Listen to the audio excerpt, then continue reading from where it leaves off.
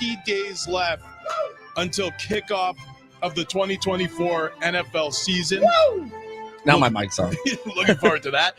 Also, we have some interesting Padres news to pass along. If you've missed what's going on in terms of availability, certain players who aren't available right now, injury updates, but also specifically one of their starting pitchers. But before we get to any of that, I had no idea that you guys were into American Horror Story.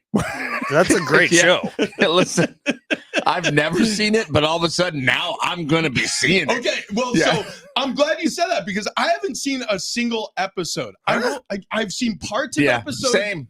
I've seen parts of episodes, and I've always said to myself, that looks like a show that I could get into, but I never sat down and watched any season, any episode in its entirety. Let me educate you guys, because this was the most heavily promoted TV show for about 6 years, about 10 years ago, right? Oh, I remember. Yeah. They're still releasing new seasons now. It's just not as good anymore. With Kim Kardashian. Yeah, now they're just adding huge names to things, but the first 4 seasons of that show,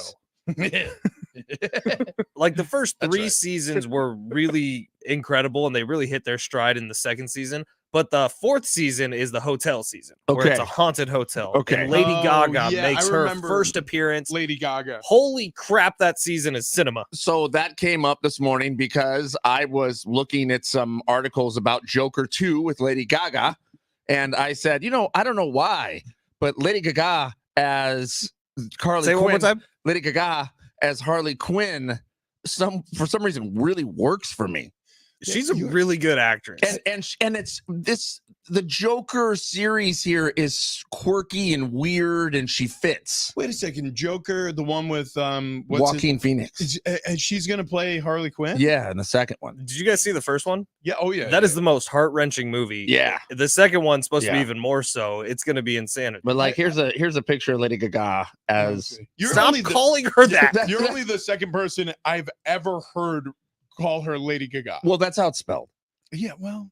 Oh yeah. She's weird. No. Yeah. Oh, and she is very weird. I actually know somebody who went to school with her at NYU. Did they also call her Gaga? No, she actually, that's a stage name. She had a very normal, kind of Italian last name. It was she ate a lot of figs, Yeah, that's how you can tell she's Italian. Yeah. No, she was just a normal student, but in it was either singing or in drama. It was, whatever the NYU equivalent of being on stage, their drama school. I forget the name of it. But anyways, I know somebody went to school with her and said, yeah, she was eccentric then. And kind of what you see is what you get. This is a good role for her. I agree with that. And I think the setup where it's like a gritty kind of grungy character that Joaquin Phoenix, she'll fit right in. And there is musical aspects to this movie too. I don't know. It's not. Please don't tell me she sings. She's gonna. Dude, it's Lady Gaga. You don't hire her or put her on a movie if she's not gonna sing. Why? Remember there's certain it worked. Yeah, she was great. There's certain show pieces to it. Like the Joker ends up, whether it's in his mind or whether it's in reality, we don't know yet. But there's a certain show aspect to it where he ends up hosting some sort of show. I don't want it to be a musical. There's going to be musical aspects. That doesn't make it a musical, you jerk. Why go with Gaga though? The name? Yeah, she's a really good actress. But no, I'm just saying, why would you name yourself Gaga? Lady Gaga. Either way, it's almost worse. I kind of agree with that. Lady Gaga would almost be better than Lady Gaga, Goo Goo Gaga. Yeah. I remember when she first became popular. Holy crap. What is her real name? Is Stephanie Joanne Angelina Giamacarena Germanotta Gia Dan Marino. Is she from Jersey originally? From New Jersey, I think something like that. She looks like it. I mean, on March 28th, if I was to guess, New York City. Yeah, she was maybe from Queens. I don't know. Okay. Anyways, listen, I'm excited for that. I remember seeing the first Joker. It was a bizarre feeling because I saw it by myself. I so rarely see movies by myself. That's the only way I like to go. Depressing movie to watch by yourself. Yeah, but I know it was one of those movies I couldn't convince anybody to go see with me. the only way you like to watch movies, Fletch, is by yourself? In theaters, I prefer to go by myself. Now, I'm kind of talking out of both ends out of my mouth because Kendall and I did go see Inside Out 2 last night. Fantastic, by the way. Cried. Oh, yeah. I looked over at Kendall at one point, full just streamers tears. Every single time you talk about how you and Kendall go to kids movies and you don't have kids yet, it always strikes me as weird at first, but then I remember she's a Disney adult. And then all of a sudden I go, oh, no, it makes perfect sense. Like, it's so much less weird knowing that she also has like this obsession with Disneyland, because then it makes more sense. I wouldn't recommend this movie for like young kids. Like Really? it deals What? with some pretty heavier topics. A lot of sexual activity No, in it's just- Inside Out too. It's all about anxiety. Just listen to the title. It's like crippling anxiety. Damn it. You know, and also pervert. By the way, Lady Gaga got her It's name. actually TOO. She got her name from Queen's song Radio Gaga. All right. So she named herself after Radio Goo Goo, Radio Gaga. Okay. All right. It's a Queen song. Okay. You know I don't what? know. It's a good song. It's already, it's not a bad song. Yeah. It is Um, 6:07, mm. guys. Listen, that was also the Are you theme suggesting to we Gaga for Galaga. I think we should keep Yeah. going. No, I'm just. I thought you were suggesting we crack a beer. I would It like did one. feel like that. Yes. Normally, when somebody goes, it's 6:07, we're like, we're late. Yeah, oh my You God, should you're right. be drinking by And we now. are going to be drinking out of New Orleans this year because we were planning our trip to the Super Bowl. That's right. I mean, That's the NFL is only 58 days away. That means the Super Bowl's only 58 days plus the 22 Super Bowl. weeks. Yeah, that's all. That's That's it. all. Yeah, we're pumped about that, as you can tell. Actually, coming up in just a little bit, we're going to start our division previews. We're going to go through each division in the NFL and give you our thoughts about what we see, what we forecast in those divisions. And we're going to be getting started in the AFC side today. We're also going to be joined by a guest later in the show, Sal Capaccio. He covers the Buffalo Bills. He's a host of a podcast out there. We've had him on the show before, actually. I was reminded by that name this morning. I was looking back through some old direct messages on Twitter. I'm like, oh, yeah, I know Sal. Sal's actually a good hang. So excited to talk to him. But before we go much further, we should probably delve into the Padres a little bit here. Look, the Pods, like no other team in baseball, are in such desperate need of an all-star game break. I mean, like no other team in baseball. They're 49 and 45, couple games over 500, right? It's looking okay. But a few more wins would really help. Like if they won them all, the next 5 games, that would really, really boost the momentum heading into all-star game break. But they've got injuries all over this roster in terms of star players. They have a new name on the restricted list, which is actually a new list as far as I'm concerned. I've never heard of a player on the restricted list or haven't paid attention. I guess it has never happened to the Padres or any team I've been specifically interested in or any player I've been specifically interested in. And Yu Darvish is on that list. So we'll get into that. But Generally, it's for legal stuff. yeah, Like when a player's in some sort of legal trouble, he's being sued or he's doing the suing. That's usually what the restricted list is saved for. Now, Kevin Acee has reported sources are saying this is not a legal matter. This is a family matter, to which TD says something about Steve Urkel. Well, or okay, Carl listen, Winslow. Carl Winslow. Yeah, That was yeah. a solid Carl Winslow, who Yeah. was the voice of Shredder. And also the voice of reason. Mm-hmm. It really felt like he sorted a lot of things out for his son and his daughter, Laura, and the whole Yeah. gang, honestly. Yeah. He had a police officer's blue collar ethic, but he also had some, comedic effect as Was well. he also Exactly. the cop in Die Hard? Is that the same actor? Yeah, He it was. was. Yeah, He was. it really was. One trick pony. What? What do you mean? Was he a cop on Family Matter? Yeah, wasn't that his job? Yeah. Oh, it was? He was Officer Winslow. Oh, that's right. That's right. Yeah. That's right. Listen, I feel a little bad now making light of the Family Matter. However, the joke still lands. It does. It doesn't suck. What does suck is not having Yu Darvish for the entirety of the season. Let me repeat that. So Yu Darvish, who was the perceived ace of this staff to start the 2024 baseball season, is out indefinitely, most likely the rest of the season. Now, Kevin Acee included in his article that there is a potentiality for him to return. He's being, as the Padres organization is being, very tight-lipped about whatever it is he's handling off the field. And apparently he didn't appeal the decision to be placed on the restricted list because for whatever reason, we don't really know the reasons. The reason that Kevin Acee surmises is because he's a quote unquote honorable man, and he wouldn't put the union through that to appeal on his behalf. This is a weird story. Yeah, this is odd. This is odd because Yu Darvish is also very, very likable. Yeah. So it's difficult to go, man, what could be going on with Yu Darvish that is pulling him away from the game like this? It has to be something monumental. I mean, there are so many questions here, but I just cross my fingers that it's not something horrific that can't be undone. Your head goes to a few different possibilities, right? And I won't name any of them on air. Like, there's no use in doing that because it would all be speculation. But your head goes to a couple things. And I don't know about you guys, but my head immediately went to some really dark things with Yu Darvish. Okay, I agree. If you let your mind drift, like, you can get to some pretty ugly places. You know what? The first name that came to mind, I think it's because they're both Japanese-born pitchers, is Shohei Ohtani.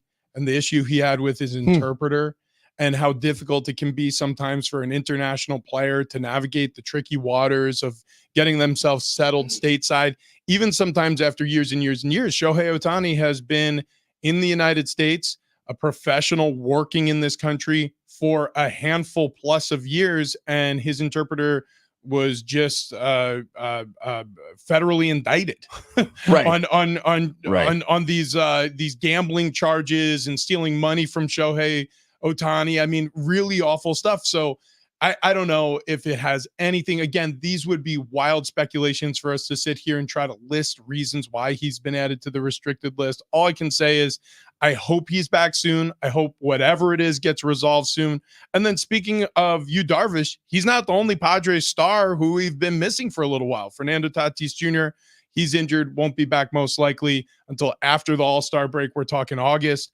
Joe Musgrove, kind of the same deal. We're not going to see him till August. Xander Bogaerts is kind of an any day now candidate. He's rehabbing right now with AAA El Paso. In his first appearance, he went 0-for-3. So have we been missing Xander? Not really. Yeah.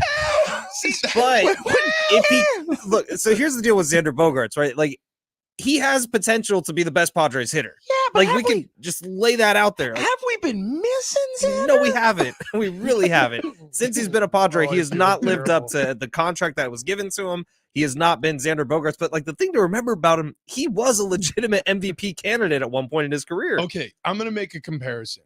If this was Eric Hosmer instead of Xander Bogaerts, and rewind the clock to like 2017 or 2016 before Manny Machado was signed, and we were waiting, even if he was struggling and we were waiting for him to even Will be Eric good, Hosmer be an all-star this season? we would have a very different feeling about it because he's a super highly paid free agent signing for the Padres.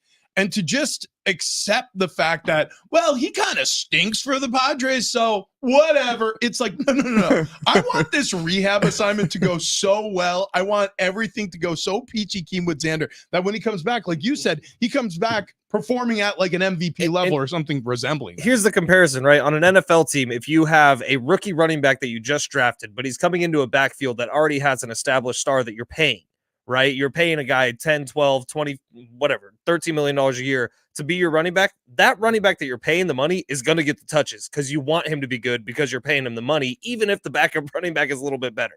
We will get back to this in a little bit. A lot of moving parts with the Padres before the All-Star game break. We also have a pair of tickets coming up to a day to remember at Gallagher Square on July 19th. So if you want to get those tickets right now and you can't wait, go to Ticketmaster.com for details and information on how to buy those. Otherwise, keep waiting for your opportunity on the show. And also a major story in the NFL nobody's talking about. We will in just a moment. All right. You know what those royalty-free horns mean. It's time to break it down with another halftime. Fletch, what do you got for us?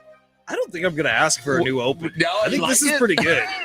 I love it. Yeah, we love being surprised by who has to shout into the mic in a gravelly We voice. should just spin a wheel. It's kind of fun. All right, Padres, they open up a 2-game home series with the AL West leading Mariners today. Adam Mazur on the mound for the Pods, the Rook in game 1, first pitch 6:40 tonight. Sticking with baseball, don't know if you guys saw it. The home run derby rules have changed. There are 5 people so far committed, so they need to round out the field because it's in like 6 days.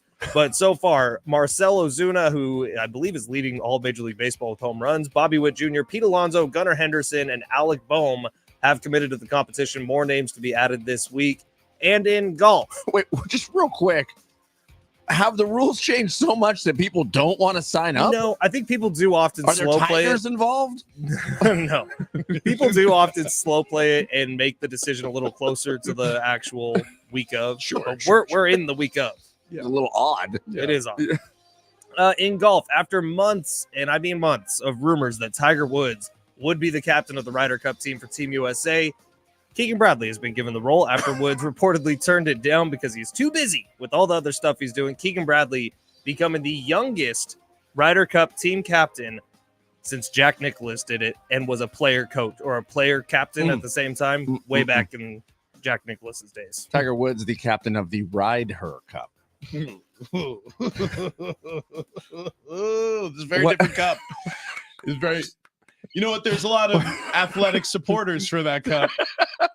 Anyways, He's probably going to join the home run derby. coming up in just about 10 minutes, maybe 15, we're going to get into our first divisional breakdown in the NFL. You proud of that one? We will spotlight one of the most interesting divisions in the NFL in the preseason. But before we get to that, Hey, TD's catching flack for being a fountain of misinformation. What did I say wrong? Uncle Phil, James Avery was Shredder, not Carl Winslow. Oh, he's you're right. right. You're Whoever right. You're texted right. Oh that- my God, I was That so was wrong. Jason on 100%. YouTube. Thank you, Jason. I'm stupid. Oh, man, yeah, Is that a Teenage Mutant Ninja Turtles thing?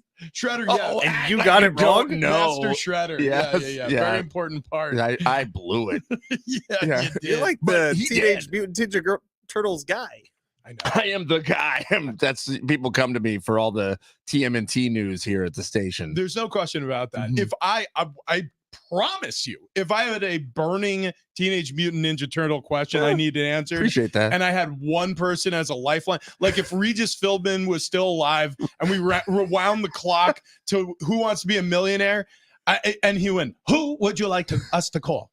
I would say, well, he's my co-host on Big Rich, TD, and Fletch. We work together for hours and hours and hours across 2 stations at iHeart San Diego, on San Diego Sports 760, and of course on 101.5 KGB, San Diego's Classic Rock.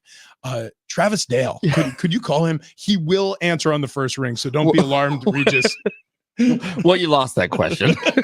You're out. Yeah.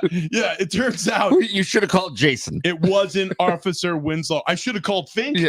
I should have called John Fink. Yeah. Oh my gosh, that's right. Another nerd who works amongst us, who will be joining us later in the show because we will be covering the 4 corners of the map. Like I said, our divisional breakdown coming up in just a few minutes. But before we get to that, a major story in the NFL that a lot of people aren't talking about. So Fletch found this audio via the Barstool podcast of Mike Florio breaking down exactly what's going on with this NFL Sunday ticket class action lawsuit. Give this a listen. But this case is about what the NFL allegedly has done to protect the deals with CBS and Fox. And without getting too deep into the weeds, it's as simple as this. They required, allegedly, but I think the evidence has proved this, they've required DirecTV to charge a certain price so people don't get it and they just watch whatever CBS or Fox has to offer. So if you drop it, and ESPN, according to evidence that was introduced last week, wanted to charge $70 for the whole season and give you a team-by-team option. Apple TV Plus, I saw this reporting back when they were negotiating the current deal with YouTube. Apple TV Plus just wanted to include it in whatever it costs now per month to have Apple TV Plus, like $6.99 a month or whatever. They just wanted to give it to you as part of the base package. So the NFL allegedly, but the evidence is proving this out, wanted to keep it at a certain number. They call it a premium product because they want to protect and preserve the CBS and Fox relationship so they can get a load of money from CBS and Fox and a load of money from whoever has Sunday Ticket, and they've done it for 30 years. And the chickens have come home to roost, and this all might blow up in their faces. And they're looking at supposedly $7 billion in damages for what we all paid. And it's a nationwide class action. It's what we all paid versus what we all should have been paying all along, at least during whatever window this covers. And it's 10, 11, 12 years. And under the antitrust laws, $7 billion gets tripled. So worst case scenario for the NFL is $21 billion. And as a practical matter, they're going to have to revolutionize the way they make the games available. So if you want to watch the Commanders in Chicago, you can do it 1 week at a time. You can do it one team at a time. You don't have to buy the whole damn thing. So this is good for fans. And I'm sure the NFL is pissed that I've been covering it the way I have. Of course. But this is something fans should be happy about, because if the NFL loses, and I've said this, we should be rooting for the NFL to lose this, because it will make it easier for all the fans to have cheaper choices and broader selections to watch out-of-market games on Sunday. So Mike Florio is a lawyer turned blogger turned broadcaster who had this blog called Pro Football Talk that was bought by NBC that covers football 365 days a year. Mike Florio knows the law, especially when it kind of circles around sports, especially football, better than just about any voice covering the game. And he is literally going to cover every day of this trial on Pro Football Talk. So if you're interested in more information, he'll have plenty. He literally broke down every single quote from every single juror who was questioned by the judge, the panel of lawyers present for day one on this trial. So this is going to be a long, extensive situation. I'm sure the NFL will settle, because it is unsettling for the NFL to have to reveal things in discovery. But here's the reality of this situation. If they can't settle,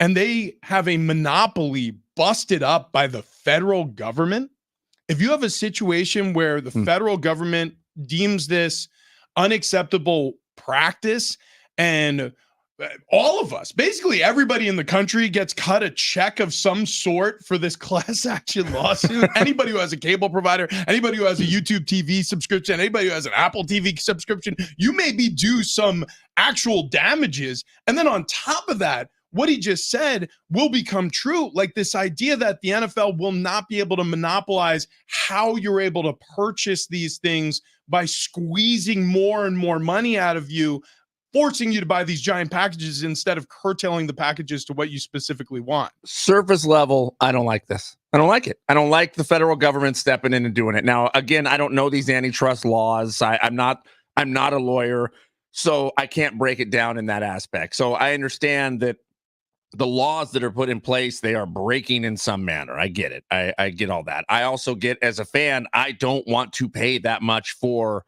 Sunday Ticket. I would love the fact if it was built into my Apple TV subscription. Bring that on all day, every day. However, I'm also a big proponent of the fair market value. So if the NFL decides, hey, we're going to sell this for $160 for the year, or whatever it is, $400 for the year for the subscription, and the general public goes, man, that's a lot of money. Okay, well, that's what they have now valued NFL Sunday Ticket as. A iPhone that costs $1,000 remains at $1,000 because people keep buying them for $1,000. If people stop buying an iPhone, they figure out a way to make it cheaper or lower the price and cut profits one way or the other. So, I mean, let the market decide how much it's worth. Now, as far as who it's going to be distributed to, again, now we're getting to a lawsuit that I don't know about. Well, here's my thought process. When you have an exclusivity deal with one singular provider, with DirecTV, Okay.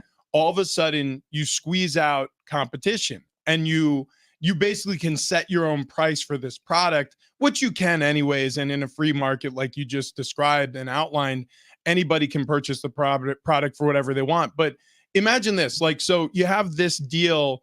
The NFL could actually make more money potentially in the, whatever you want to call it, the conference room, bargaining with these other subscription assets like Right. Apple TV or YouTube TV or Netflix or whoever else wants to purchase this rights deal. And then they can collect, I guess, maybe some percentage of the subscription that these different brands want to provide for their users. The problem is like Apple or YouTube could decide, well, we're not going to charge our users anything. So we're going to pay you the money up front, but then on the back end, we're not going to like overcharge. We want people to subscribe to Yeah. YouTube TV. So Yeah. we're going to give them our NFL Sunday ticket package for free. Well, the NFL goes, no. If you're going to do it, we want you to overcharge your users on the back end and give us a taste. So we Yeah. can protect Fox and CBS, who pay out the wazoo to get the local packages every day. Exactly. So that I get that, and that yes, no, thank you. No, I'm It does not seem in. shady I'm on not every in. level, and I don't think like 21 billion is different than what we usually say about the NFL, right? Like usually we say, oh, the NFL is just going to keep on rolling. They have unlimited money. 21 billion is different, isn't it? Like that's the valuation of like 4 teams combined. It's a big number. Yeah, It's a big number. Now, by the way, this is like saying, you know, you rolled through a stop sign. You could spend a year in prison. Mhm. You know, like Yeah, you know what I yeah, mean. yeah. Sometimes Right, like right. it's like you could be fined or up to a year in prison. It's Right. like, well, chances are you're not going to spend a year in prison Well, for TD rolling through brought a this stop up last week when we were talking about this. It's like if the federal government has an opportunity to get the 21 bill, they're probably going to do everything they can to get the 21 bill. well, against it, I would say a conglomerate like the NFL, they would like to ratchet that up because the NFL is then going to go back to every team and say, hey, you need to cut us a check for $700 million. That's what you owe. Here's my problem with it. Imagine if we weren't talking about the NFL. Imagine if we were talking about gas, right? And one company had the best gas. Like the NFL is the best football. We Right. all want the NFL football. And it's because the best entertainment product in this country. Exactly. Not correct. even just sports. It's top 50. It's like it monopolizes the top 50 of viewership in the top 50 on broadcast television. But yeah, getting back to the analogy, like if one company had the best gas, but they could market it directly to, I don't know, some sort of regional or national distributor, and they could absolutely overinflate the price of gas as a result, you could also reduce the quality of that gas. You could do a Right. lot of other things Right. to really screw the consumer on the back end because you want to make the most possible money. So you're getting a taste on the front end because of the exclusivity deal with this nationwide distributor, but then also you're getting a taste from the down the line pricing because when DirecTV charges $495 or whatever it is for NFL Sunday ticket, the NFL's taking a cut of that too per consumer Yeah. purchase. So it's like double dipping. And guess who loses? Us, the fans of the game. It's just Hopefully we true. end up winning. Yeah, Hopefully, yeah. like NFL Sunday ticket this year is essentially free. Yeah. Well, it's it crazy. might be. And you'll get cut a check for $7.31. Yeah, by the way, that's and we'll be square. We will be smart. Yeah, that's how class action lawsuits at this scale work. You know, you hear like $20 billion. Holy cow. But then you spread whatever the actual amount that is going to be awarded to people over the certain years where these abuses occurred. It's going to be like, yeah, a check for $14 and a pat on the back saying, hey, by the way, now with your $75 YouTube TV subscription for $6 more, you get NFL Sunday ticket. That's right. If you turn in your check, we'll give you Sunday ticket this season.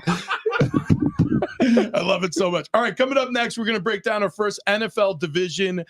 We do this every single preseason in the NFL. Can't wait to get to our first one here. We're just about 60 days away from the start of the season. Okay, but first I want to talk to you about my recent visit to Ocean View Dental. It was absolutely comfortable. Nobody talks about their dentist this way. It's because nobody has a dentist like this unless you're already a patient with Dr. Jordan Colby at Ocean View Dental. The clinic is perfect. It's pristine. It's clean. It's comfortable. You walk into the waiting room, the receptionist, the people who work up front, they know exactly why you're there. I went and saw the dental hygienist for my twice a year teeth cleaning visit. She's wonderful, informative. It's a great experience, pain-free, by the way. And any dental work that I have that ensues from those visits, I'm almost, this sounds really strange, but almost excited to get it done with Ocean View Dental because I know that I'm going to be cared for the way that you need to be cared for when you go in and you see a doctor at a practice. Look, a lot of people really don't like seeing their dentist. I definitely do because I know I'm in great hands. I want you to have that for yourself, but not only for you, but for your family as well. So visit oceanviewdental.net. That's oceanviewdental.net.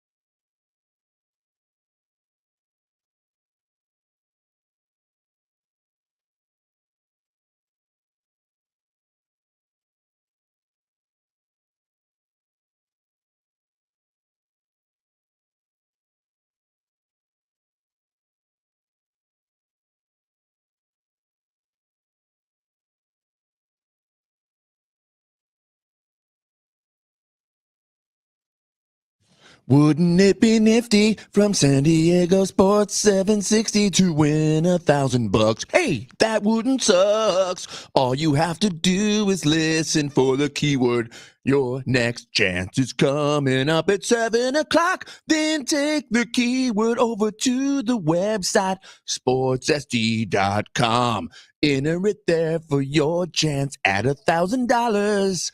That'll make you hollers. San Diego Sports 760. We're more than great sports. Ow!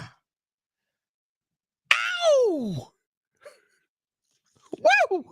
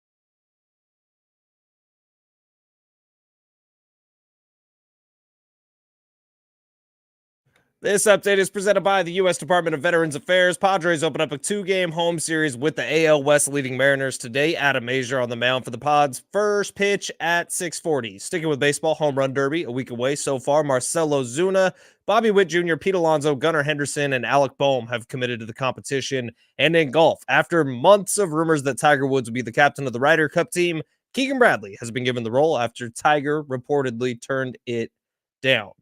After Amelia got home from Iraq, she was able to enroll in VA healthcare, and she knows the VA is going to be there for her when she needs it. Get what you earn. Visit choose.va.gov. Not all veterans are eligible for the type or amount of benefits mentioned here.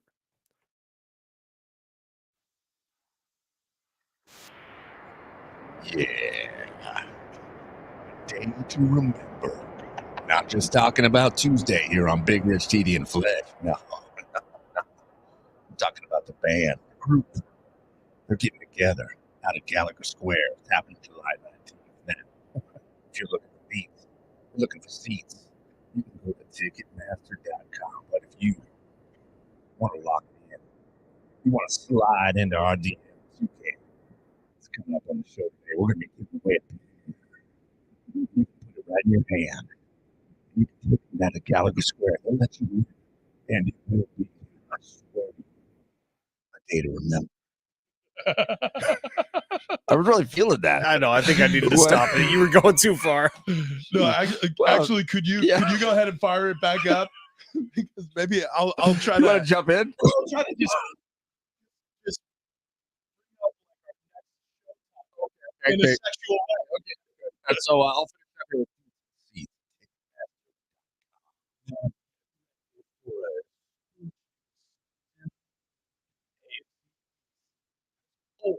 reignite stars from the earth. They champions on the team. Dominate their rest.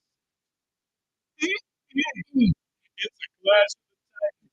Quarterbacks do with precision. Defense is done with ferocity, and every game becomes a sultry dance of strategy and skill. Buckle up for a season that promises heart stopping and jaw dropping moments. It's the kind of intensity that ignites the passion across the now. It is AFC East. You talking about where the Dolphins play? And I mean, wait, can you do a dolphin? Because I can't. I sound like I'm having a stroke. No way! They call him Flipper. Flipper. That's from the water. Yeah. So last year the Bills were 11-6. The Dolphins, if you want to give me that sound effect one more time, If I can't while I'm laughing. Incredible. we're also 11-6, but the Bills have the tiebreaker, so they won the division. The Jets were 7-10. It's incredible. The Jets had 7 wins, by the way. Oh yeah. Well, this is the reason why. Okay, so let's dive right in. So And then the Patriots were 4-13. the Jets arguably have the best or the second best quarterback in this division with Aaron Rodgers. We just don't know if he's going to be healthy enough to showcase his talents like he has 4 times at an MVP level over a career that has now landed him at age 40. Josh Allen obviously had a turbulent season. He got an offensive coordinator fired because of his play last season. They had that great road win against the Kansas City Chiefs. You remember Patrick Mahomes was super pissed about Do you that. remember Ken Dorsey losing his S up in the offensive coordinator booth Oh, yeah. like a week before he got fired Yeah. this past season? So bad. So bad. Well, but the reality of the situation was they did recover. And like you said, they beat out the Dolphins for the title. You look at Tua and the Dolphins. Obviously, they're loaded up for bear in terms of offensive weapons. And then the Patriots. No defense on the Dolphins. No, None zero. defense. None to speak of. Not necessary. Just Which is- score 50 a game. Right, but they get into the postseason, they play in a cold weather environment. They were not able to keep It up. did not work. I feel like the Patriots, we kind of have to pick them up like they're a child and sit them over on a stool in the corner of the room and be like, okay, this is where you are. They And are a then newborn here's child. these other 3 Yeah, really right. good teams. Dude, Patriots are starting from scratch this year. New head coach, new quarterback, new offensive line, new everything. 4 wins last year, more or less this year. Equal. You think Like- they're back at 4? I feel like they'll. I could say they could have 5 wins. With Yeah, Drake May, he's their starting quarterback, right? Yeah, Drake I May. mean, 5. I would have said, wins. I think they signed Jacoby Brissett. Okay. Oh yeah. I think I mean, look, Was that right? I think so. I think it was the Patriots. Was he your teammate? No, I never He played with would've been Jacoby after? Brissett. Yeah, he was after. Okay, so the Bills lose their top receiver, Stephon Diggs, now a Houston Texan. Yep. Dolphins keep everyone of note. They had a couple moves and they had one arrest, I believe, this offseason. Jets get Aaron Rodgers back, maybe, depending on where he is. Patriots start completely from scratch. That's the AFC East right now. Is there any part of you that is saying Aaron Rodgers does not start the season? No, he's going to start. He's the season. there. Yeah. He's going to make he's his there. triumphant return. It's going to be, look who's back. It's me, Aaron. Dude, I'm here for it. I'm here for that storyline. I think the Jets improve here. The Dolphins and the Bills, I could see a very similar record. This is going to be a heated competition in this division. well, and if Drake May can emerge as any type of talent at the professional level, I mean, it may bring them out of the cellar into some level of relevance. I don't expect the Patriots to make much noise at best. And I mean, this is best case scenario, maybe an 8 or 9 win season for the Patriots. The rest of this division laps them in terms of personnel and talent. And at the quarterback position, even Tua, you have to say he's light years ahead of where Drake May, you would suppose he would be entering as a rookie. So you were correct. They did sign Jacoby Brissett, and he is listed right now as the starting quarterback. Ramondre Stevenson, who's a stud, is still in their backfield. I really like him. Kendrick Bourne is listed as their wide receiver 1. Juju Smith-Schuster, KJ Osborne. Like, it's not a terrible wide receiver room. Jalen Reagor, who had a ton of hype coming out of college, never really panned out so far. Like, so we'll see.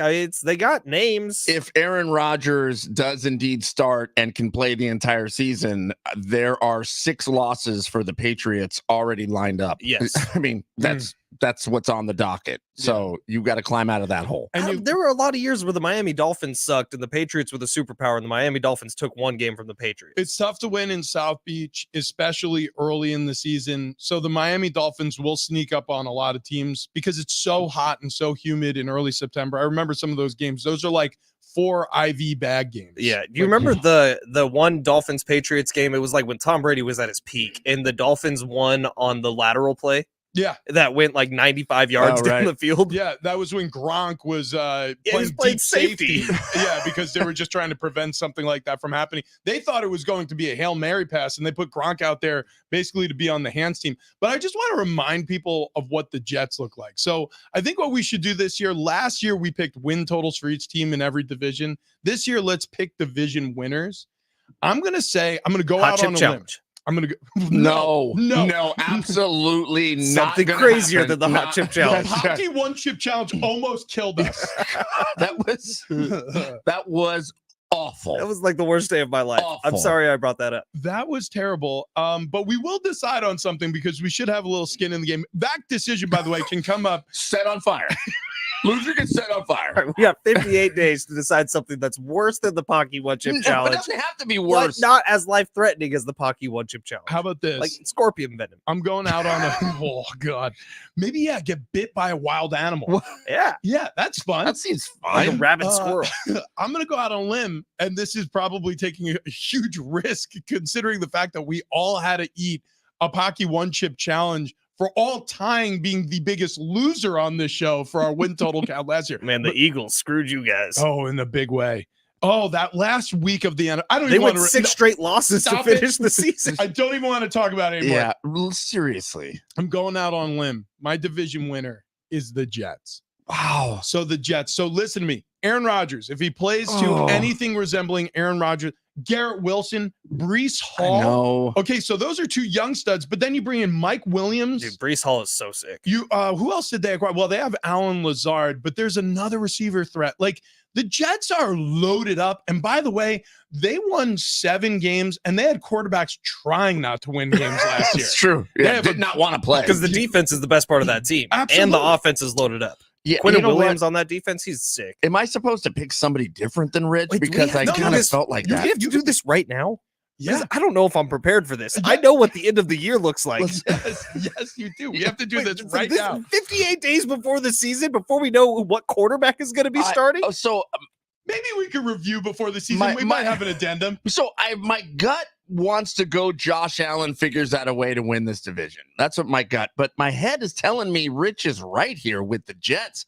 I think I'm going to side with Rich. It's going to be the Jets. Please, God, Achilles, hold up. I don't like this. What are you gonna say? Miami Dolphins. Wow. And I hate Tua. I hate him. Hawk Tua? Wow. I just Tua? really Hawk like Mike Tua? McDaniel, and I think the Bills got worse. You get me? Dang, man.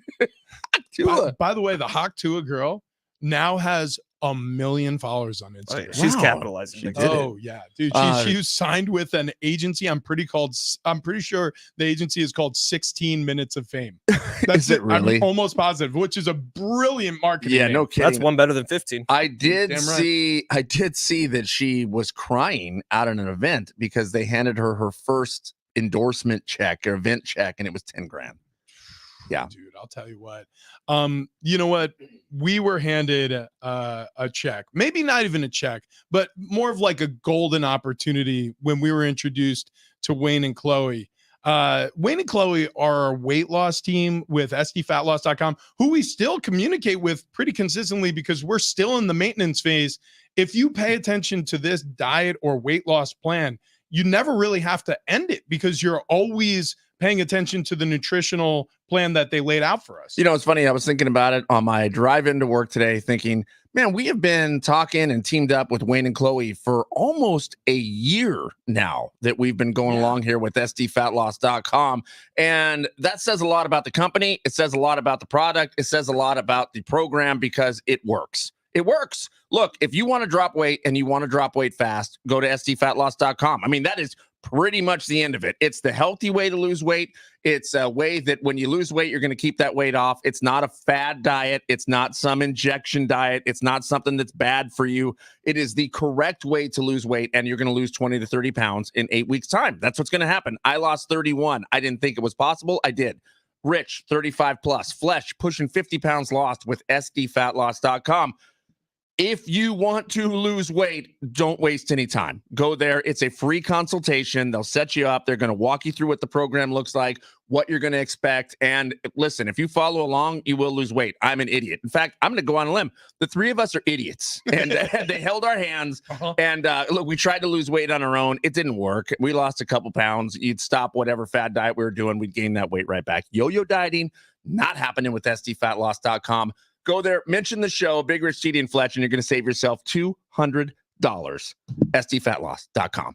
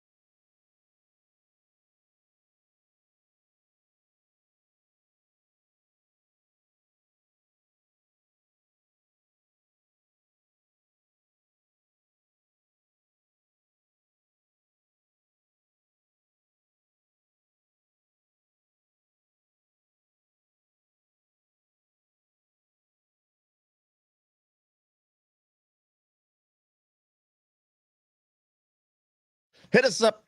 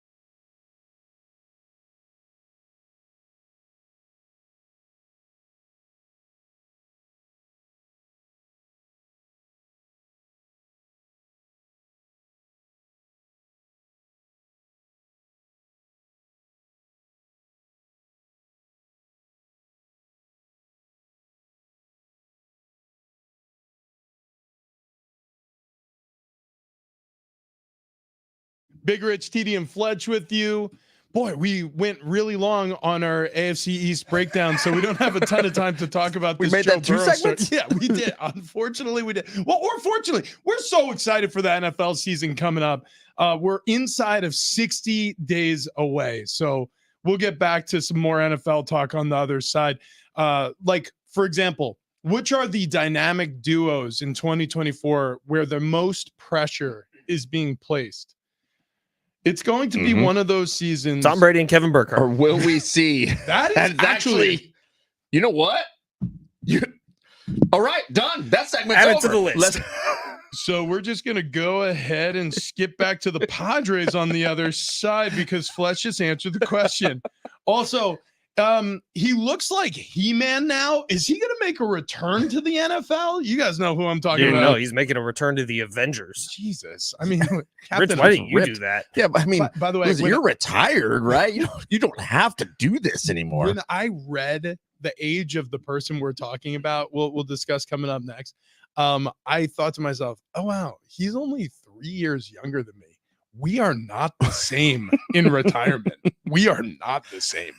We'll get into that. Also, back to the Padres. And he's a quarterback, but before he was a pro quarterback, he was a college quarterback. And what happens off the streets and between the sheets is a little bit weird for this guy. We'll discuss on the other side. Is Big Rich, TD, and Fletch, San Diego Sports 760.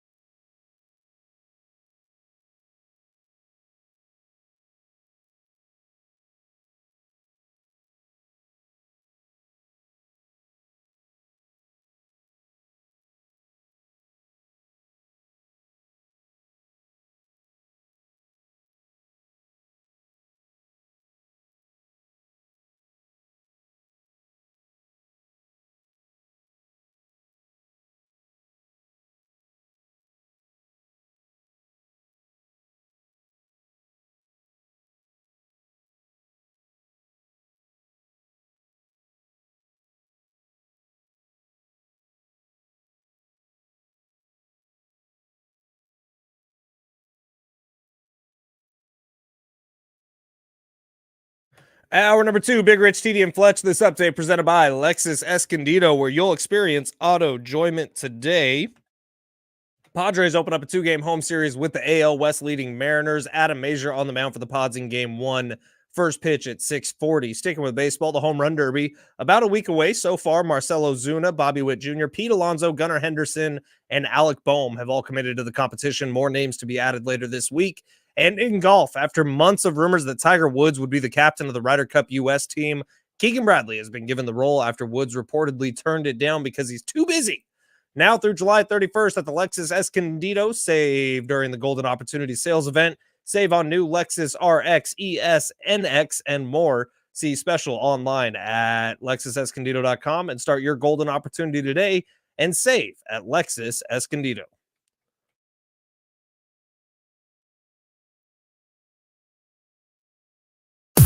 It's Big Rich, TD, and Fletch on San Diego Sports 760. No action at Petco last night, but an interesting weekend for the guys. Found out that Fletch has a dad bod with no kids. The machinery got burnt this weekend, dude. I was out in the sun all weekend long. My love handles got burnt. How does that even happen? After doing a dry rub, and then I take them off, I wrap them in tin foil with butter and brown sugar. And then I take them off again one more time, and I take the juice that renders out of the pork ribs with the butter and the brown sugar. I pour it into a fat separator. Think I need a cigarette after all that. And then I pour the pork juice into a pan with barbecue sauce. Something real sexy you can play right now, Fletch. I'll have what she's having. And some advice for those in charge of MLB. If Major League Baseball wants eyeballs out on the game, have people that are fun to watch out there at the game. You only get that kind of hard-hitting, deep analysis on this show. Now, here are the guys. Happy Tuesday to those who celebrate. It's Big Rich, TD, and Fletch, your destination for your Padres information. Also, you're going to get the closest insights, the closest cut to the bone on Benjamin Fletcher news. That's right. I mean, That's right. I feel seen after that intro. You're damn right. Travis Dale breaking it down as he always does. And if you want a rib recipe, I'll dry rub you all night long. I will. I'll put a 6-hour smoke on you. Sounds like it would hurt. That's a good point. That's a good point. A dry rub and a 6-hour smoke. You have a 6-hour smoke after an all-day dry rub. We be done. Yeah, we can. Let's end it. The show's over. Speaking of a dry rub, That was not safe for work. that open. We're gonna play it only one more time, and then we'll never be able to play it again because I'm pretty sure our bosses will be like, "What the hell was CJ Newton, our expert sound engineer, doing back there?" He gets wild. I love him so much. Oh, so much. All right. So, as promised, we're going to dive back into the NFL. We will talk Padres this hour as well. But the dynamic duos that have the most pressure on them this upcoming season, we were just breaking this case is a down the AFC East. He wanted to hit the horns, and instead he hit Florio. We got a Should little. really start labeling things. We got a taste of Mike Florio. Just Untitled 3, Untitled 4. That's okay. Fine. We were talking about the AFC East. There's a couple of dynamic duos out there. Let's focus on Rodgers and Garrett Wilson with the Jets, but then you have Tua and Tyreek out there with the Dolphins. Those are probably the headliners in that division. Among those two duos, which of the two of them would you say have the most pressure this upcoming season? More pressure for sure, Aaron Rodgers and Garrett Wilson. Garrett Wilson has been a star wide receiver with, the word I'm looking for starts with an S and ends with Y, but crappy quarterbacks, right? Like Garrett Wilson has still put up numbers. Garrett Wilson with Aaron Rodgers should be a superstar. The more questions I have is Tua and Tyreek. Like, is this finally the year Tyreek Hill loses a step? Is he 32? Like, is this finally the year Tyreek Hill is no longer the fastest man on the planet, the best route runner on the planet, and some of the best hands on the planet? Is this the year of Tua or Tyreek Hill's decline?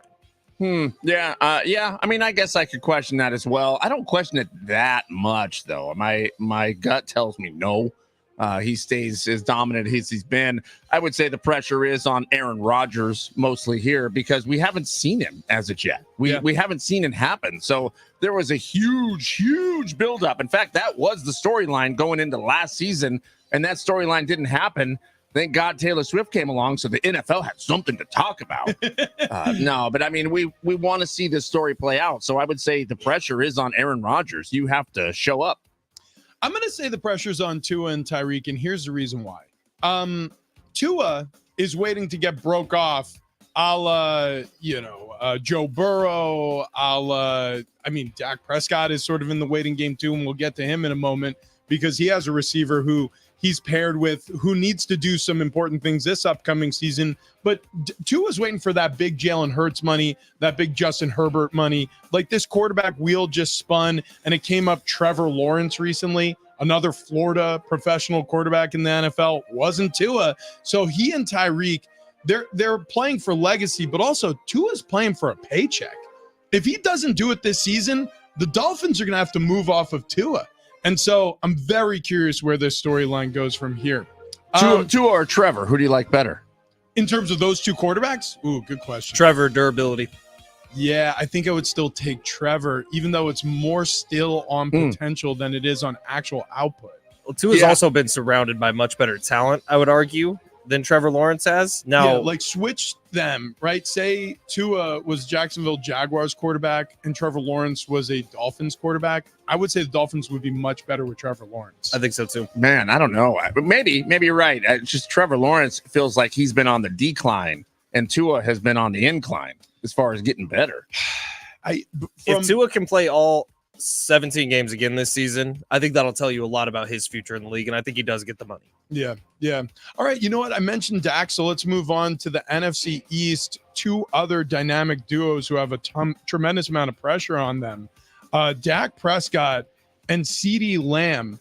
And then you look over at Jalen Hurts and A.J. Brown with the Philadelphia Eagles. I'm very curious how the NFC East is going to shake out. It really feels like the conference or the division comes down to those two teams, the Eagles and the Cowboys, although the Commanders have a second overall draft pick at quarterback and they've got some offensive weapons. So we'll see if they can do anything. Not a lot of faith in Daniel Jones, but getting away from the division and talking about these dynamic duos, who do you put more trust in, or who would you put more pressure on? Prescott and Lamb, or Hurts and Brown?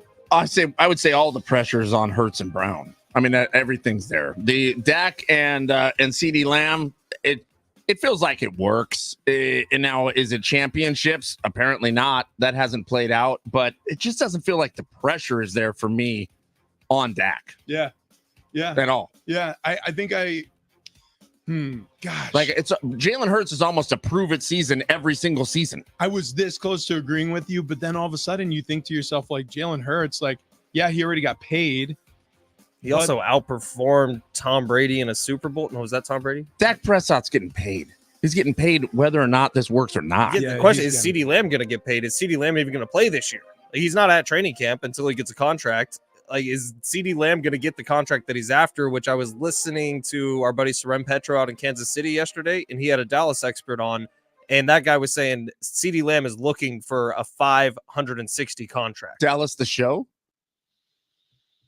I'm thinking now. Not quite.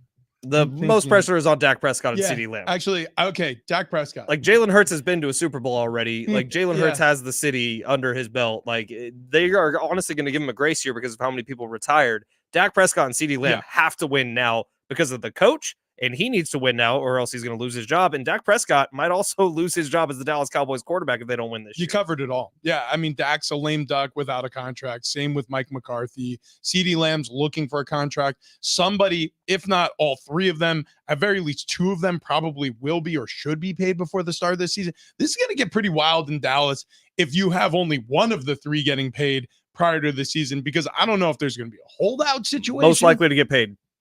CeeDee Lamb. Yep. And it's not close. Like I think CeeDee Lamb is number one on the priority list. Priority list. Yeah, because when CeeDee Lamb got drafted, Jerry Jones made such a big deal about you are getting the number 88 because you are the next Dallas Cowboys superstar, CeeDee. We love you. And he's been that so far. He's done it every single year. The dude's been a stud. Last year, I think he was wide receiver 2 for fantasy football stuff. Like, he was a beast last year. There's no question. He's a great red zone threat for the Dallas Cowboys. Dak needs him. They know that. Any quarterback who plays for Dallas needs him, even if they move off of Dak in a year. All right, let's do this. Let's continue the pressure combinations and move to a different division and come out west, closer to home here for us, the NFC West. Rams, Matthew Stafford, Cooper Kupp. 49ers, Brock Purdy, and Brandon Ayuk. Where do you think the most pressure is on between those two dynamic duos? Is it Stafford and Kupp, or is it Purdy and Ayuk? Well, the same argument you made for Dallas would be made here with the 49ers. I mean, you time's ticking. Time is a ticking. The window is a shutting. Yeah. So They need to win. Like, the Niners need to win a Super Bowl this year. And that's not just fandom 49er. That is, like, everything is built for you to win the Super Bowl last year or this year. If it's not this year, I don't know when it's going to be. That's a good point, because I was about to say Matthew Stafford and Cooper Kupp. They already won one. Yeah, that's the truth. Matthew Stafford can ride off into the sunset this year. This could be his farewell tour. 100% correct. Well, and by the way, may have a Hall of Fame resume after getting the Super Bowl victory. Although we'll see. But may already have a Hall of Fame. Cooper Kupp will be a Hall of Fame receiver. He is undeniably great. And yeah, they've already won a Super Bowl. So it comes down to Brock Purdy and Brandon Ayuk. They just paid Ayuk a whole ton of money. And by the way, they're going to. Oh, they didn't? No. That contract hasn't been done yet? No. He's in the same situation as CeeDee Lamb. He is. Yeah, he's waiting. I wonder In fact, more stuff has come out. Like, now all of a sudden, Brandon Ayuk is posting film of Commanders practices. He is? Yeah. On formerly known as Twitter X? I think is one of the social media. I cannot wait to see what happens. I wish they paid him. If Ayuk gets paid, what happens with CeeDee Lamb or vice versa? Because you know it's going to happen. Like, whoever gets paid first, the other is going to make it so hard for their That's team. already happening because Justin Jefferson got paid. Both these guys are asking for that, and neither of these guys are Justin Jefferson. This is going to be hysterical. Figure it out. I agree with you. Brock Purdy and Brandon Ayuk, way more pressure. You know what? Hey, let's go. I'm so mad about CeeDee Lamb not getting his contract. Let's revisit the playoffs in the NFC, and let's talk a little Detroit Lions and Tampa Bay Buccaneers. They faced off in the divisional round. Tampa Bay Buccaneers with Baker Mayfield and Mike Evans, who did sign the contract with the Tampa Bay Buccaneers much earlier in the offseason. Jared Goff and Amon-Ra St. Brown, who also signed a giant contract this offseason to stay there in Detroit. Goff and Amon-Ra. Yeah, both of them actually. Yeah, so which duo would you say? And by the way, Baker signed a big contract. Yeah. So all four of these players signed big contracts. Baker's wasn't big though. No, it wasn't. No. It was big for Baker. Big for Baker. It's big for Baker. And he played big last year. Yeah, he really did. He played a very good season. Where's the pressure? Is it Jared Baker? Goff, Amon-Ra St. Brown? Okay. Yeah, it has to be, right? I mean, is anybody really expecting a lot from Baker Mayfield? You expect him to get where he did last year. Like, that's kind of Okay. been Baker's career, by the way. It's like he impresses people enough to get paid, and then he falls off a map. So if Baker needs to perform again this year in order for him to be taken seriously, Jared Goff and Amon-Ra St. Brown, people in Detroit, I promise you, are thinking Super Bowl this year, which I don't know that in my lifetime they've ever thought that before. Right. So the pressure on Jared Goff is pretty immense. And it feels like the window is closing even quicker for some reason in Detroit than it is in San Francisco, which I don't know why. It just, maybe it's because we haven't seen the Lions ever be this good or have this much of an opportunity. So it feels like you gotta grab this tail grab the dragon by the tail right now, man. Yeah, I agree with the sentiment, but I think that there's staying power with this window because Dan Campbell, I trust his coaching ability. They have an offensive line locked in. Yeah, the problem's going to be Ben Johnson. I want it to happen. If their offensive coordinator leaves, what does that offense look like on the other side of this season in 2025? But look, it's like we'll cross those bridges when we get there. It's Tampa Bay. So the pressure. No. Tampa Bay. There's no pressure in Tampa Bay. They got the Tom Brady Super Bowl and they're fine. Yeah, there's no pressure in Tampa Bay. Nobody expected Baker to be any good. The fact that he was good last year, people are like, this is like Geno Smith with the Seattle Seahawks 2 years ago. Like, we're expecting Baker to kind of roll over this season. That's my expectation. For sure. The Lions are fascinating, though. PFF, Pro Football Focus, did a breakdown of the best position groups in both the AFC and the NFC. And in the NFC, it's like a clean sweep for the 49ers. Like best wide receivers, best linebacker group. You know Best where the D-line. Lions dominate? Is it the offensive line? Offensive line. Yeah, oh, yeah. Lions are graded as the best offensive line in all of football, not Yeah. just the NFC. How many days we have left? I mean, we're 58 days. Let me ask you this, Coach. This is going to be okay. More pressure on this duo: Patrick Mahomes and Travis Kelce, or Nico Collins and CJ Stroud. So AFC, that could be, by the way, an AFC championship game. I hope right it there. is. Okay. CJ Stroud, the breakout rookie last year, quarterback with the Houston Texans, terrible offensive line. It was a revolving door last year. A lot of scattered weapons. Nico Collins locked in there. He's going to be with him for a while. They were very good together when they were together on the field. And obviously, you have the legacy that Kelce and Mahomes have in Kansas City. Where do you think the pressure is mounting for these dynamic duos? Wouldn't the pressure lie on the person at the top of the mountain? I mean, can they do it again? Can they repeat? I know you're looking for CJ Stroud to step up and be the man, but at the same time, every single team is trying to tear down the Kansas City Chiefs. They're trying to tear down Patrick Mahomes.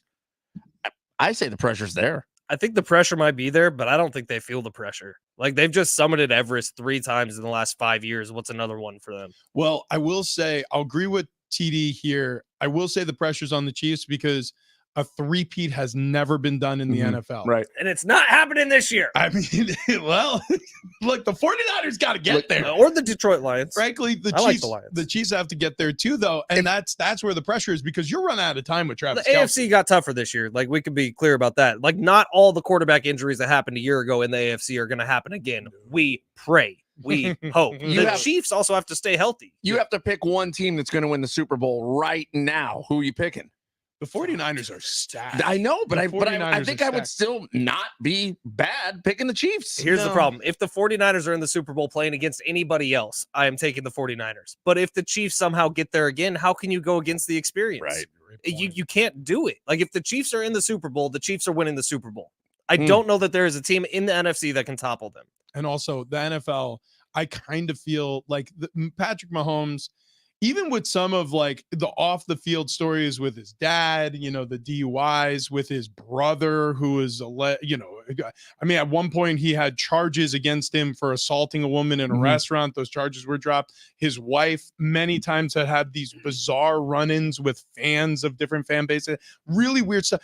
But Patrick Mahomes is the NFL right now. He's above all of it somehow. It's a testament to him. So I don't know how he does it. You believe in the script writers of the NFL, the Chiefs are going to win the Super Bowl and they're going to three-peat. They want him to be like the 90s Bulls. And Travis Kelce is going to be on his knee in the end zone after the game with confetti falling down, and Taylor Oh Swift is my going to get God. proposed to. They're going to get Holy married. They're going to kiss, probably can't- make out on the field.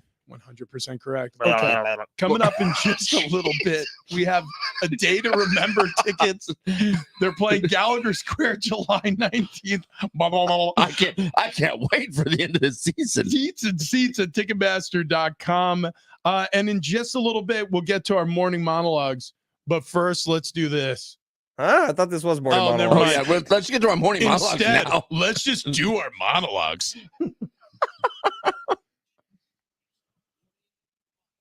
We should probably get rid of halftime at the 7 o'clock. Yeah. I keep including it. I don't know why. There it goes. It's gone forever gone. now. Wow. Who wants to go first here for the morning monologue? I can start. Do you Okay. want to? Yeah, sure. Yeah, it doesn't matter to me. So my little dog Wilson missing a bunch of teeth, so I have to make him dinner every night and cut it up and feed it to him. And it's almost exclusively chicken nuggets, sometimes fish sticks. Okay.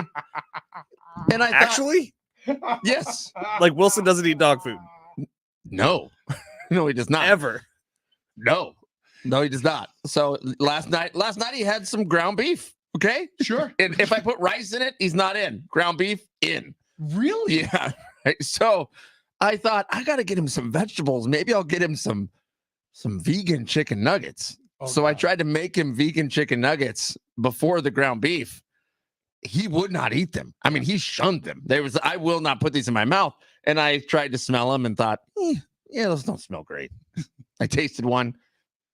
Meh. I wouldn't say that's great. And then I thought, wait, if vegan food is so good, I mean, so good, why do vegan food companies need to make it resemble non-vegan food, like vegan chicken nuggets?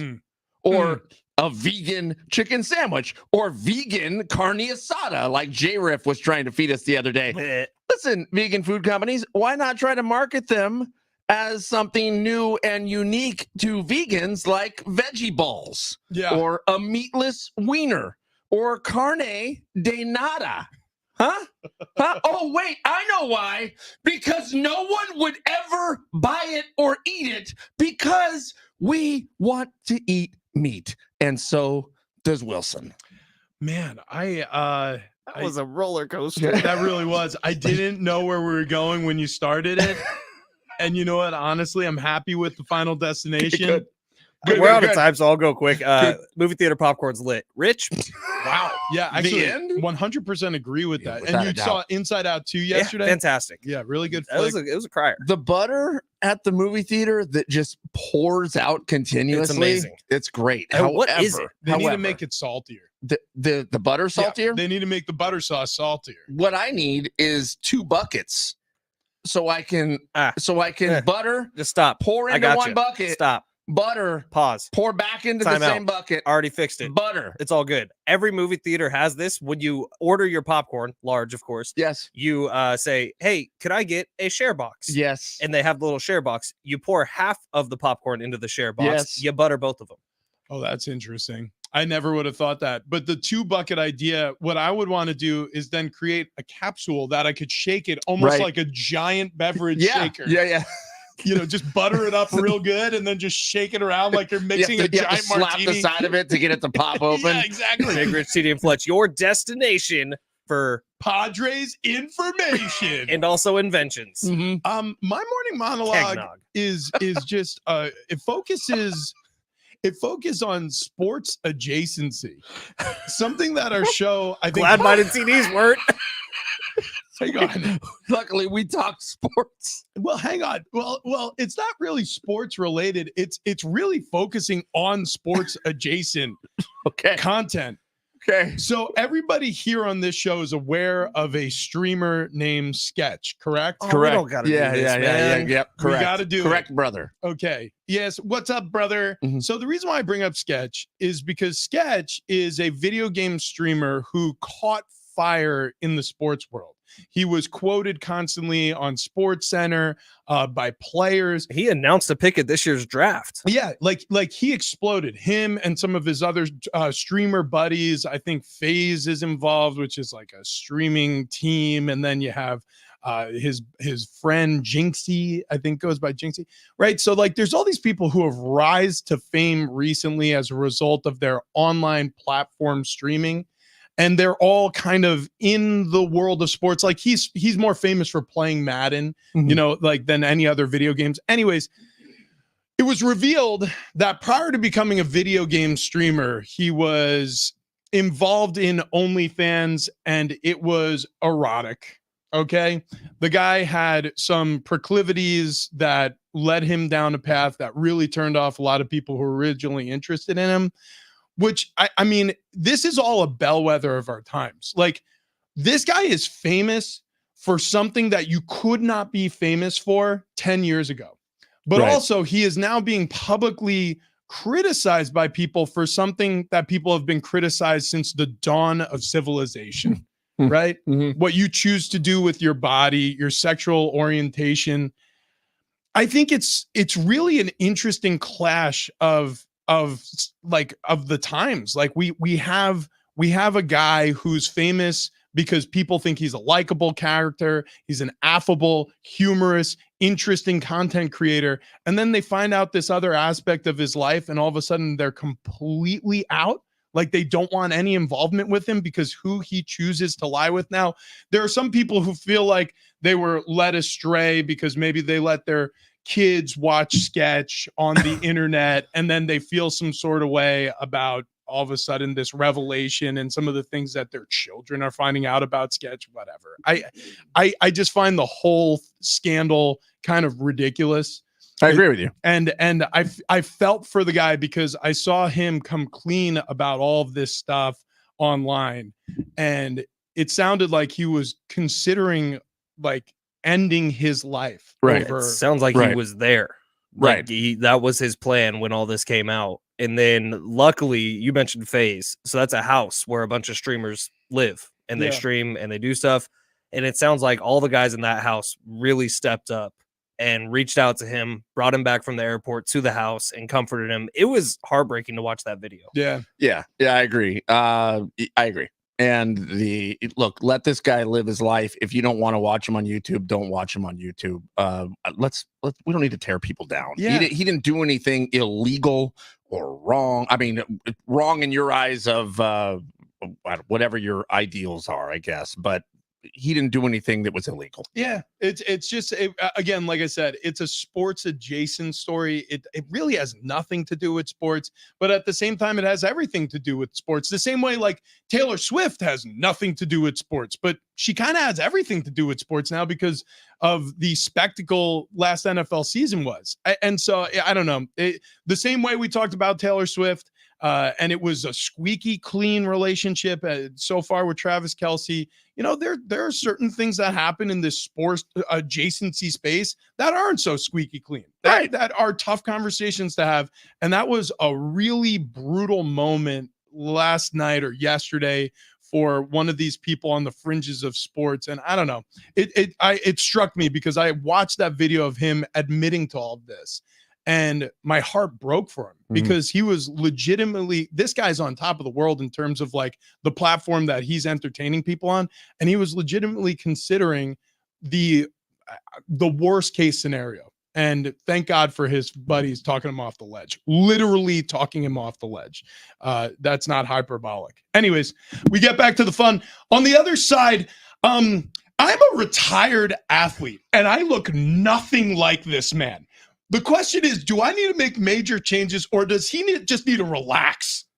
Okay. Right. Yeah. We'll unveil all this on the other side. But first of all, I want to talk to you about my feet. The Good Feet store has literally saved my back.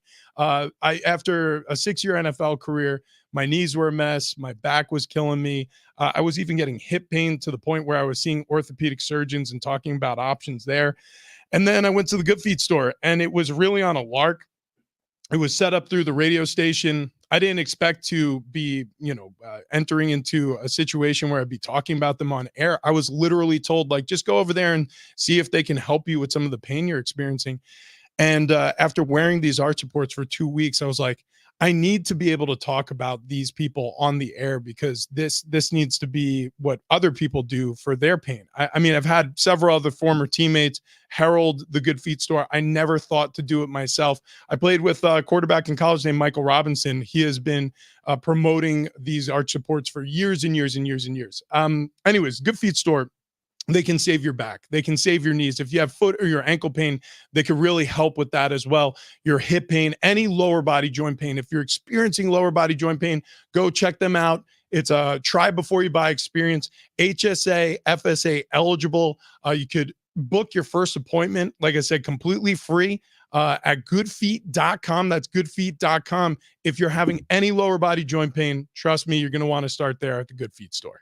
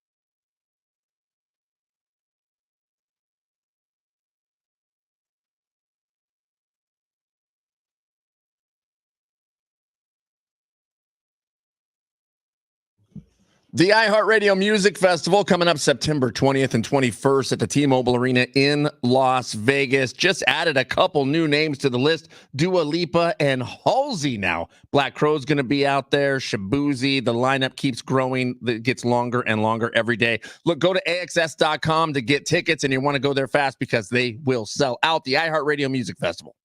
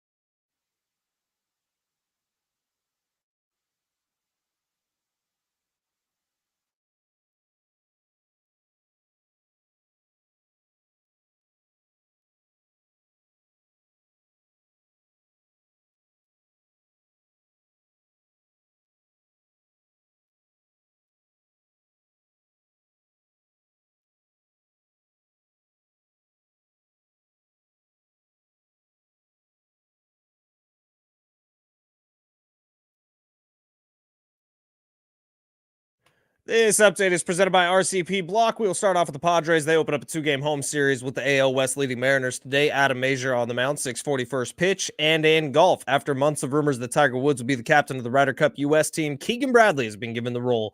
Upgrade your yard with RCP Block, your number one source for hardscape and masonry supplies. RCP Block specializes in retaining walls, patio pavers, decorative rocks, and outdoor fire pits and fireplace kits with 6 convenient locations around town. RCP makes hardscape easy.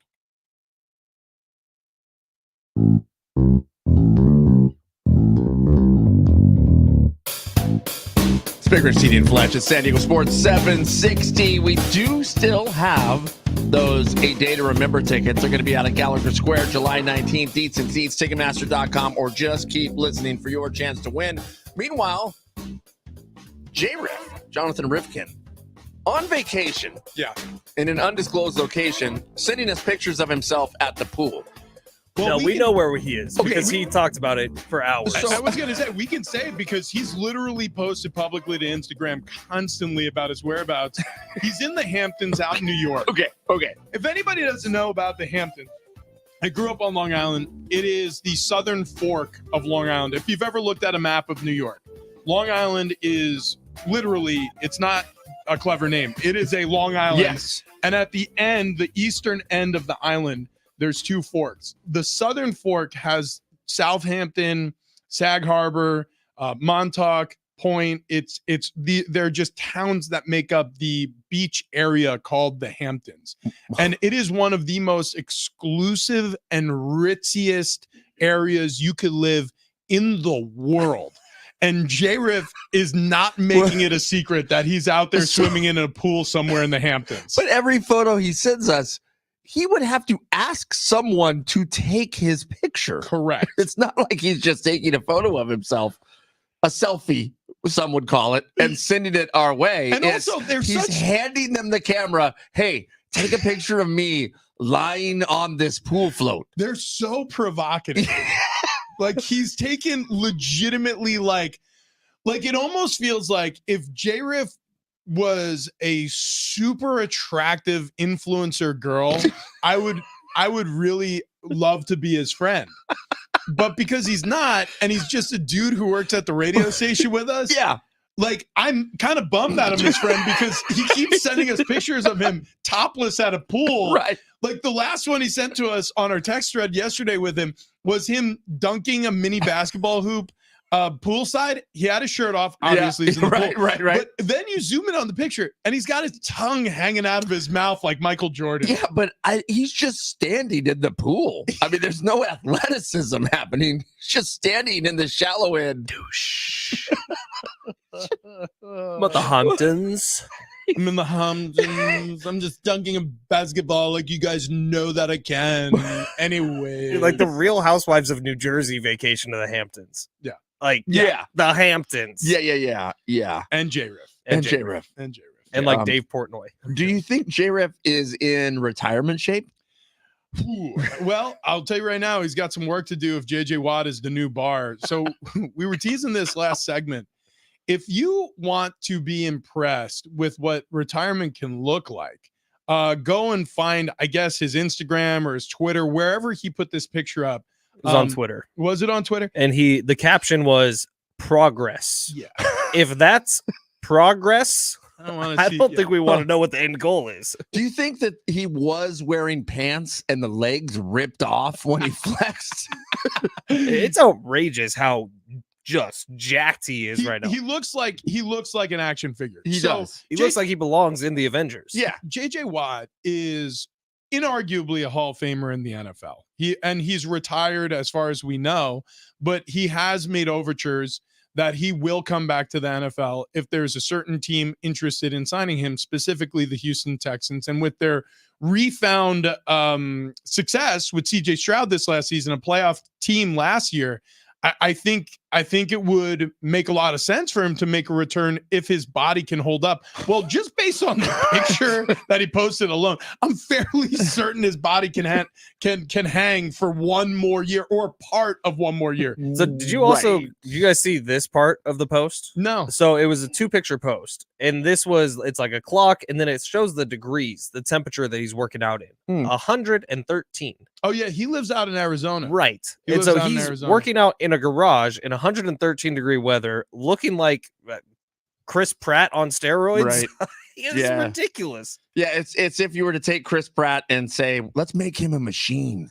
And that's what you came up with. Is it weird when I looked at the photo, I went, I want that golf cart. No, yeah, I actually had the same Golf cart's thought. dope. Yeah. The golf.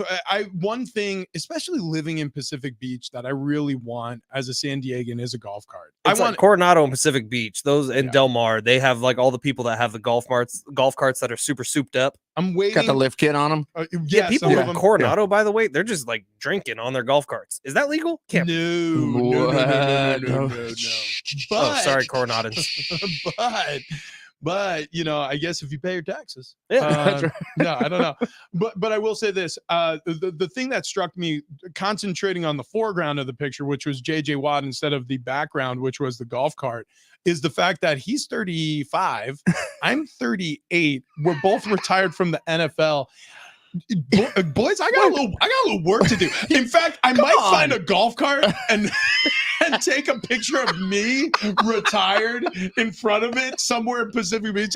I may stop the car and have Ann take a picture of me with my shirt off. In some shorty shorts. Some shorty shorts, just so I could do like a comparison, just a quick cross comparison. Now, is it easier to be in like that type of shape as a defensive lineman than as an offensive lineman? Oh, 100%. I feel like very different body types. 100%. Mass moves mass. So the reason why all power lifters are gigantic animals, like the ones who are lifting the most weight, is because the more massive you are, the easier it is for you to move weight. So the offensive lineman, your job isn't to necessarily out athlete the athlete. It's to make sure you're in the way of the better athlete. And part of that is stopping a bull rush. Like that guy can generate a lot of power on a bull rush. So if he's going to just lower his head and put the top of his forehead in my sternum and try to drive me backward into the quarterback, I better have something to anchor that. Do you ever have to block him? Oh no, I never actually. The one of the games that I was available to play against him, I was hurt, and actually the starting offensive lineman got hurt, and then they were like, "Yeah, we should probably put Ornberger in there," and I was like, Are you guys sure? That's is that JJ. are you Yeah. sure that's a good idea? But like TJ's just as big. oh, yeah, His little TJ brother. Oh, and by the way, Derek Watt, his He's a father, fullback. he's a fullback. They're all specimens. So many watts they could be a light bulb. Gone. I can't believe he would do that to us. Get the hell out of here.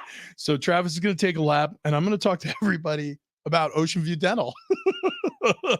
Oh, and coming up next, by the way, we teased this earlier in the show as well. Zach Wilson, it's not about what he's done on the field. It's about everything he's done off the field. We'll get to that story in just a little bit. But Ocean View Dental, Dr. Jordan Colby, incredible dentist.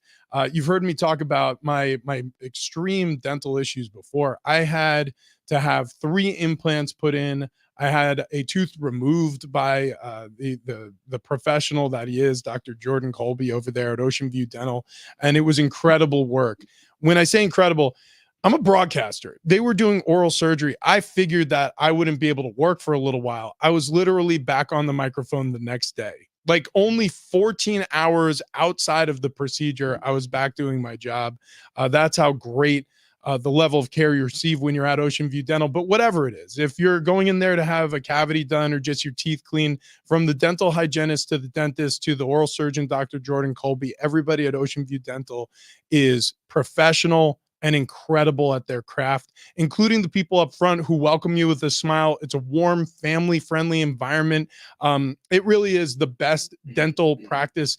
It's really the best practice in terms of, medicine that I've ever been to. So if you're looking for a new dentist, or even if you're not, it's time to make a change, because Ocean View Dental can get you right. OceanViewDental.net. That's OceanViewDental.net.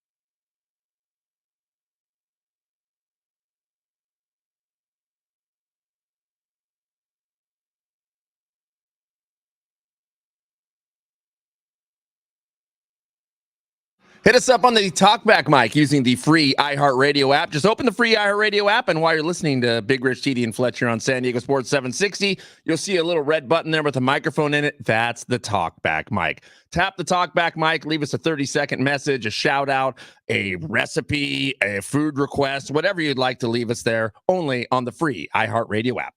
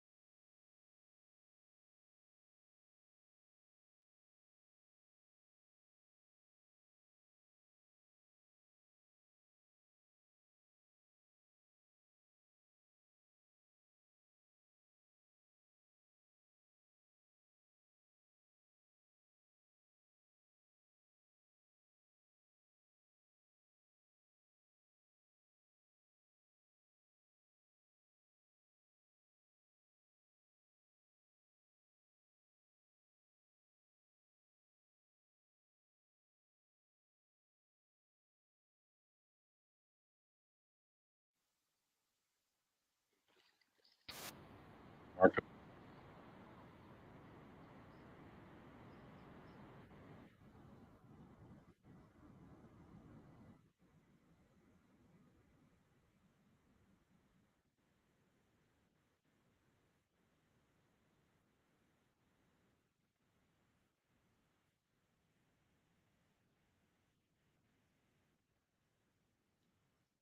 There he is, Marcos. Yeah, Marcos. Great to meet him. I remember talking to him and his family for a while there. That was at our 3rd of July Mission Bay Fireworks Spectacular. We were hosting it on behalf of 101.5 KGB, where we do the afternoon drive show from 3 to 7 p.m.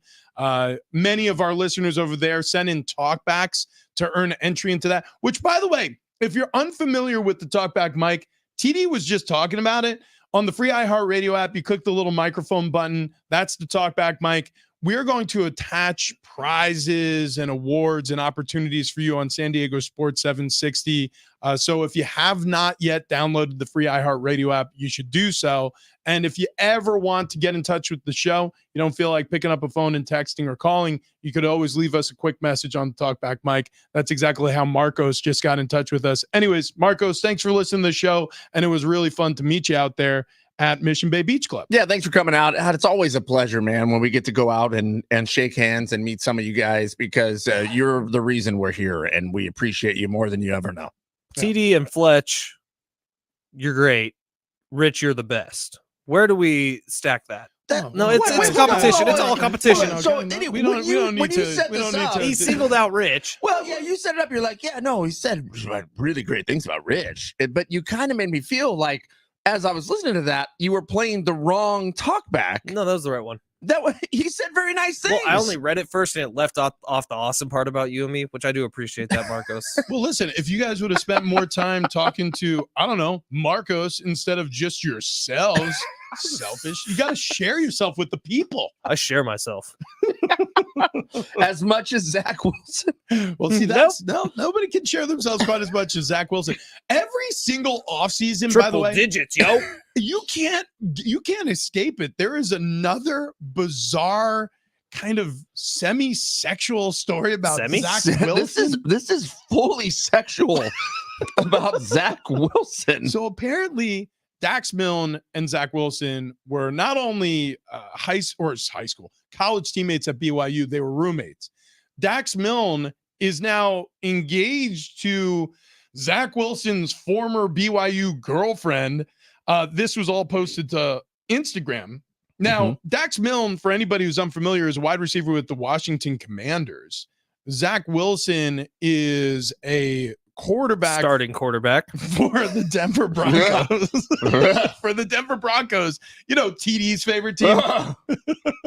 Go on. So weird when we were talking about like dynamic duos in the NFL. Zach Wilson's name didn't come up, but he just announced his engagement, and then almost like days later, or a day later, Dax Milne, his former roommate, is marrying his former girlfriend. The girlfriend that accused Zach Wilson of sleeping with Zach Wilson's mom's best friend. That's correct. That's correct. You ever seen the movie Crazy Stupid Love with Steve Carell and Ryan Gosling? Yes. I feel like the sequel could just be Zach Wilson. 100%. Like, dude, what does Zach Wilson's body count look like? What Especially like the college he went to, you're not supposed to have a body count at. Yeah, there's no relations allowed at BYU. Kicked off campus for something like that, man. The closest you'll get is no. Don't say it. Don't say the word. Well, no, don't say the word. Wait, I won't say the word. But I'm saying, are you a jumper or a thumper? That's all I'm saying. That's all I'm saying. We all know. Wait, do you think that's how Zach Wilson had relationships with these individuals? All I'm saying is you have a couple of, strong athletes living together, roommates, Wilson and Milne. It feels like those two guys are helping each other out. I had an uncle get kicked out of BYU. You did. Yeah. Now you know why, by the way. He always says it was just because he was an idiot. Sure. We're not idiots. Well, we are idiots, and we were all able to lose weight, which you can do too. And you can do it at sdfatloss.com. That's the only way that's ever worked for the three of us. And if you're looking to drop 20, 30, 40 pounds within the next 2 months of your life, you can do it. It is possible. We did it. We were the guinea pigs. You don't have to. Get on over to sdfatloss.com today. talk to Wayne and Chloe. It's a free consultation. And then when you mention Big Rich, TD, and Fletch and you make the order, you are going to save $200. And you are going to be able to lose a tremendous amount of weight in a very short amount of time. We always talk about Rich's story of the first week. What were you down in the first week? 14 pounds. 14 pounds? In 7 days. That's incredible. So let's think about this, like legitimately here. Say you are sitting at home right now thinking about a wedding that you have coming up in 2 weeks' time.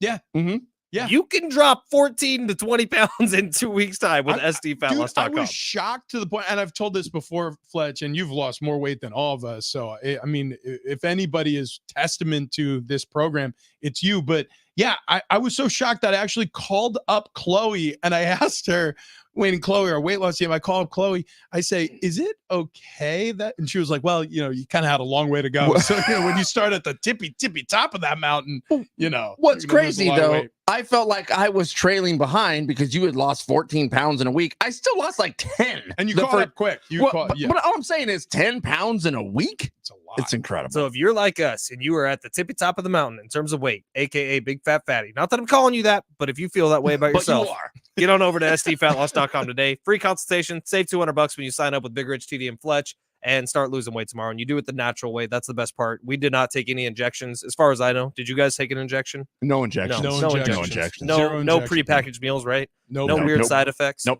So SDFatLoss.com. That's the place to go.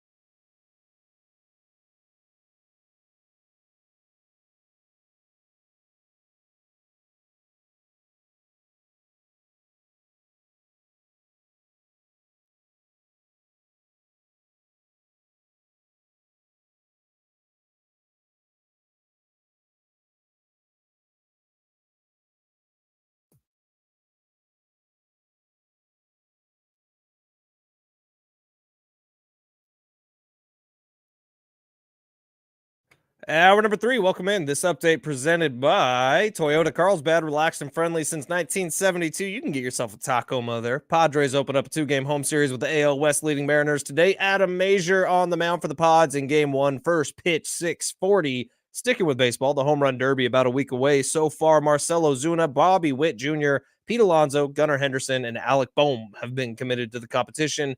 More names to be added this week in golf. After months of rumors that Tiger Woods would be the captain of the Ryder Cup team, Keegan Bradley has been given the role after Woods reportedly turned it down because he is too busy. The heat is on for big summer savings at Toyota Carlsbad right now. Save on some Toyota Tundra and Tacoma trucks. See specials online at toyotacarlsbad.com. Toyota Carlsbad, the most relaxed and friendly place for over 50 years. It's Big Rich, TD, and Fletch on San Diego Sports 760. No action at Petco last night, but an interesting weekend for the guys. Found out that Fletch has a dad bod with no kids. The machinery got burnt this weekend, dude. I was out in the sun all weekend long. My love handles got burnt. How does that even happen? After doing a dry rub, and then I take them off, I wrap them in tin foil with butter and brown sugar. And then I take them off again one more time, and I take the juice that renders out of the pork ribs with the butter and the brown sugar. I pour it into a fat separator. Think I need a cigarette after all that. And then I pour the pork juice into a pan with barbecue sauce. Something real sexy you could play right now, Fletch. I'll have what she's having. And some advice for those in charge of MLB. If Major League Baseball wants eyeballs out on the game, have people that are fun to watch out there at the game. You only get that kind of hard-hitting deep analysis on this show. Now, here are the guys. Welcome in. Final hour. Big Rich, TD, and Fletch on San Diego Sports 760. We'll be back for our afternoon delight from 3 to 7 p.m. on 101.5 KGB as we do every single weekday. So if you want to continue on and listen to us further, we will be back for another 4-hour show this afternoon. We started the day talking about the Padres, who among the teams, the 30 teams in Major League Baseball, you can make the argument, you're probably right to argue it, that they need the All-Star break the most. I mean, like, Yeah. this team needs to get healthy. They played more games than anybody. Yeah, that's true. The Seoul, South Korea series against the Dodgers to warm up the season. That was how they started their regular season. They also played more preseason games than anybody else because they came back home. They played a couple before they got going up. Anyways, we'll get to the Padres in a little bit. They have some injuries we need to update everybody on. Also, they have a pitcher on the restricted list. If you're confused by what that means, we'll fill you in there as well. But before we get there, we stop off in the NFL and we continue on where we started off. The AFC East, we're going to be doing our divisional breakdown as we head into our 2024 NFL season. We're under 60 days away from kickoff, and joining us right now, Sal Capaccio. He's a Bills sideline reporter, host on WGR 550 Buffalo Sports Radio, and he's joining us right now on Big Rich, TD, and Fletch. Good morning, Sal. How you doing, buddy? I'm doing great. Thank you for transitioning from baseball. I'm a Yankees fan. It's a swoon right now. I don't want to talk about that. Dude, yeah. It's tough being a Yankees fan right now. I mean, like, the Yankees, they boomed out the gate. Their lineup was stacked. And then you had the Rizzo injury, and you had the DJ LeMahieu. It's never really panned out. Giancarlo Stanton with his injury. And then you have you just have this slump that they're in heading into the break. You could probably make a good argument for the Yankees too, needing the All-Star break just to sort of, I don't know, reinvigorate themselves. But yeah, we'll stop the Yankees talk and start the Bills talk. Stefan Diggs, how do you replace his production on this Bills roster? Well, you don't really with one guy, right? I mean, you could try that, but the Bills have elected to not do that. It's very interesting that they've kind of transitioned and pivoted from having a true number one to going kind of wide receiver by committee. And that's not, unique right now in the NFL. We've seen other teams do it. Heck, the Chiefs did it when they, traded away Tyreek Hill. And, there are teams now that I think because of the financial landscape of the wide receiver position, paying guys $25, $30 million. Guys, I looked yesterday, there's 4 receivers now making 30 plus. There's 8 guys making 25 plus. And, I think it's Stefan Diggs' age, the fact that, his number, his contract, the Bills figured we're going to have to go with a different iteration of the Buffalo Bills if we want to keep this thing going with Josh Allen. And they aren't going to be able to replicate his production with one guy. they're hoping they do it by committee. And that's why they brought in Curtis Samuel. And Dalton Kincaid's going to be a big part of this passing offense as a tight end. They go and draft Keon Coleman. This is going to be more by, quantity and committee more than anything else. Sal, getting a temperature check out there in Buffalo. As you say, it's a different iteration of these Bills. Last season, they win the East. Can they duplicate that this year? Or is there a Jets team that all of a sudden emerges and is rocking and rolling? Well, listen, they're the 4-time defending champions in the East, so that's a nice run, right? And I think a lot of people are expecting them to fall off a little bit because of some of the transition that they've had here. You think about the guys, it's not just Stephon Diggs. No more Micah Hyde or Jordan Poyer. No more Gabe Davis, Mitch Morris. I mean, there's a big transition here, guys. But the fact is, the Bills have the best quarterback still in division. Even with a healthy Aaron Rodgers, he wasn't the best. He wasn't quite Aaron Rodgers as last year in Green Bay, and he is 40 coming off an ACL. And everything has to go right for them anyway. And it might, and if they are, and if it does, they'll certainly contend with the Bills. I think the Dolphins, offensive line still has to protect Tua. They did it last year. They have a lot of changes on defense. We'll see where that goes. The Bills still have the best team in the East. They still have the best roster overall. I know that can be debated, but they certainly have the best quarterback in the AFC East. And therefore, that's why they're still the favorite to win the division as far as Vegas is concerned. And I still think they are the team to beat in the AFC East, yes. You mentioned Dalton Kincaid's name a little bit earlier, but I know last year, especially towards the end of the season, he really started to come on, and Dawson Knox became more of a blocking tight end, or he was hurt. This year, because Dawson Knox still on the team, Josh Allen obviously kind of grew up in this league with Dawson Knox as a reliable target. How much of the lion's share of the targets are all going to Dalton Kincaid now, and what is the role for Dawson Knox moving forward? So Dawson did get hurt last year, but you're right. They really plan on playing a lot of 12 personnel last year. And it kind of didn't work out the way they wanted to as much. And you guys know they fired Ken Dorsey, kind of midway in the season. They bring in Joe Brady. Things looked a little bit different then. Dawson finally, was able to get back, but he never was truly the pass-catching tight end he had been the last couple of years. I'm going to say this. Both tight ends are going to have even more production this year. There's going to be even a bigger role for Dawson Knox in this offense based on what I said earlier. There's no more Stephon Diggs, alpha wide receiver taking up all the targets. They're going to spread this ball around a lot. It's going to go a lot of different guys. But, man, if you play fantasy football, I'm just telling everybody right now, buy a lot of share in Dalton Kincaid. This offense will resemble in some ways, and, of course, it's not apples for apples. I'll go back to that Tyreek Hill example I used when the Chiefs traded away Tyreek Hill. They were comfortable with, say, Travis Kelce. They didn't have to have a number one. I think Dalton Kincaid is actually the Bills' number one receiver this year, even though he plays the position of tight end. That's fascinating. We continue on our 2024 season preview here on Big Rich, TD, and Fletch. We're going to cover each division, the two most interesting teams. We're focusing on the Bills today with Sal Capaccio. He's a Bills sideline reporter out there for 550 WGR Sports Radio in Buffalo. And what you just said is fascinating, right? And it's all through the mastermind of Joe Brady, you mentioned, who took over as the interim offensive coordinator after the Ken Dorsey firing, was named in January the full-time offensive coordinator. He earned a 6-1 record with the Bills when he took over offensive play calling responsibilities. Why did it work out so well between him and Allen? I think that he had a type of offense that what you're going to see this year, where you just want to spread it around and get it to the right people in the right spots. You saw the production of Stephon Diggs go way down towards the end of the year. They were kind of force feeding him the ball a little bit to kind of get him his targets. I think it's a big reason why, things kind of went the way they did at the end of the season.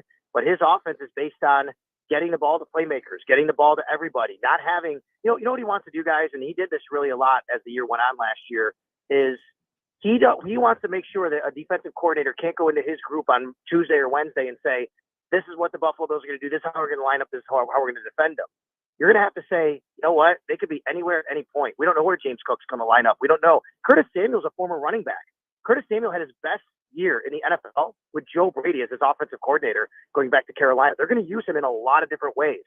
They're going to use Dalton Kincaid in a lot of different ways. They're going to use Keon Coleman in different ways. Khalil Shakir can play it inside and outside. That's why it works so well. And then I think maybe the most underrated storyline and talked about guy in this Bills offense over the last year is James Cook. He was fourth in the NFL in rushing yards last year. He was sixth in the NFL in yards from scrimmage. James Cook is a bona fide NFL legit running back, and he was very good under Joe Brady. There is a narrative that he wants to run the ball too much, or Sean McDermott's instructing him to run the ball too much. I don't buy that. I think that they were taking what the defense gave them. They were winning games. The weather was turning, and that's why you saw that production. Sal, maybe the Bills can make a play for Brandon Ayuk. That's Fletch. Fletch is giving me the bird over here. Yeah. You'd be fitting right in on WGR and our shows. We talk about that a lot. There's a lot of concern in Buffalo. The number one concern from fans, guys, is exactly what you opened the show up with, which is how do you replace Stephon Diggs' production? The number one concern from fans is there's no true number one receiver. Is this going to work? How is this going to work? Is it just going to be, oh, we have Josh Allen, so everything's going to be great? Because that's what it kind of feels like to some fans. And then you look around and go, wait a minute. Brandon Ayuk's out there, or Deebo Samuel. Can you trade for one of those guys? Who else can you shake free? The Bills just are not have the appetite to bring in a high. You'd have to trade assets and pay, and the Bills just don't have that. The reason they've made these transitions, guys, they were up against the cap. They've had to kind of really reinvent themselves to go into this kind of, as I said, next iteration of them with Josh Allen at quarterback. Yeah, so weird. I just got off the phone with John Lynch. He said we are not trading either of them to Buffalo. So good luck with that. Sal, the narrative about Josh Allen, I mean, he's been so tough and so durable, but he still runs and takes a lot of hits. Is there any thought this year in Buffalo that Josh Allen might be not running as much, not opening himself up to injury as much as he has in years past? Or is he just the bulldozer that goes on through? I know this is going to sound super wild to you guys, what I'm about to say, but it's true. Last year, they tried to rein him in a little bit. He actually didn't run as much in the beginning of the year, and we were all like, what are you doing? You have Josh Allen. Can you imagine the Ravens telling Lamar not to run, right? Like, you got to let this guy be a football player, be himself. And then he did get a little bit banged up, but Josh actually has the longest starting streak of any quarterback in the NFL right now. I think they had the one game that didn't count it, of course, in Cincinnati, the Mark Hamlin game. But he is as you say, a bulldozer. He's super incredibly durable. And yes, there are those concerns. Of course there is. I would never deny that or shy away from it. Brandon Beane said, here's what's wild. Brandon Beane said the other day, they want him to get back to being the football player he is. I think we're going to see him run even more. But what I don't think we're going to see this year is maybe him vulturing those goal line touchdowns and the short yardage. That's why they drafted Ray Davis. That's why I think they want to have a little more power game from the running back position, but I don't think they're going to take any reins off Josh Allen actually running with the football. He's so good at it. How about just no more hurdles? Like, you don't need your quarterback hurdling people. Especially in week 4 in the second quarter, right? I mean, like that's what it comes down to. And look, guys, I mean, Brandon Beane said that too, and Sean McDermott said that, which is, look, just play smarter. You don't have to not do everything, but you got to know when to do it, right? And there's a difference between the second quarter of a week 4 game versus doing it in week 16 or 17 with the division on the line. And that's when they want Josh Allen to say, okay, I'm willing to take a couple of risks here. But look, I mean, we all know with this style of play, that's what's going to happen. You're going to have bumps and bruises. But I've always said it this way, and like I know it's kind of a weird phrase to say it, but if you take that away from Josh Allen, you're neutering him as a quarterback and what he can do. Like Josh Allen, that's what makes him special. That's what makes him great. He is breaking records every year because of this style of play. If you just have him stand back there and throw the football, sure, he's great at that, but he's not accentuating what he does best. You're 100% correct. I played with passing quarterbacks in the NFL, Phillip Rivers, Tom Brady. They couldn't run out of sight in a week. But in college, I played with Michael Robinson and Darrell Clark, 2 mobile quarterbacks, dual threat guys. You got to get those guys going. You have to build in some runs for them. You have to get them comfortable. You have to encourage them to get outside the pocket and make plays sometimes because it's a part of their game and it's a security blanket for them. So I completely agree with what you're saying and the way he's being utilized, especially after Ken Dorsey sort of left the fold and Joe Brady took over. Hey, Sal, awesome breakdown of what's ahead for the Bills this season. We appreciate the time. You got it, guys. Anytime. By the way, I've been to San Diego. My brother got his master's degree at San Diego State. I went out there in the late 90s. Real quick story. I said, I'm going to catch a Braves game. I'm a Padres game when I'm out here. They played the Braves. I saw Tony Gwynn go 4 for 4 off Greg Maddux. And I saw Kenny Lawson hit an inside the park home run in the same game. Oh my gosh! I thought you were about to reference the dugout clearing brawl during that time against the Braves. But that's an awesome game to catch as well. Hey Sal, we appreciate it. Next time you're in San Diego, beers on us, buddy. You got it, buddy. Anytime you guys are in Buffalo, wings on me. We'll talk to you. Sounds good. Woo. Sounds good. Man, yeah. Oh man! See, by the way, Joey Chestnut was at a buffalo wing eating contest. I think it was yesterday. 200 wings in 38 minutes. I mean, we got to get Caleb Dale in the studio. So Travis Dale's son, TD's son, Caleb, during the 3rd of July fireworks spectacular at Mission Bay Beach Club, told me that he is confident he can take down 10 hot dogs in 10 minutes. Yes. But how did he say it? Well, it was kind of like Fletch is whack. That's how he only speaks in slander towards Fletch.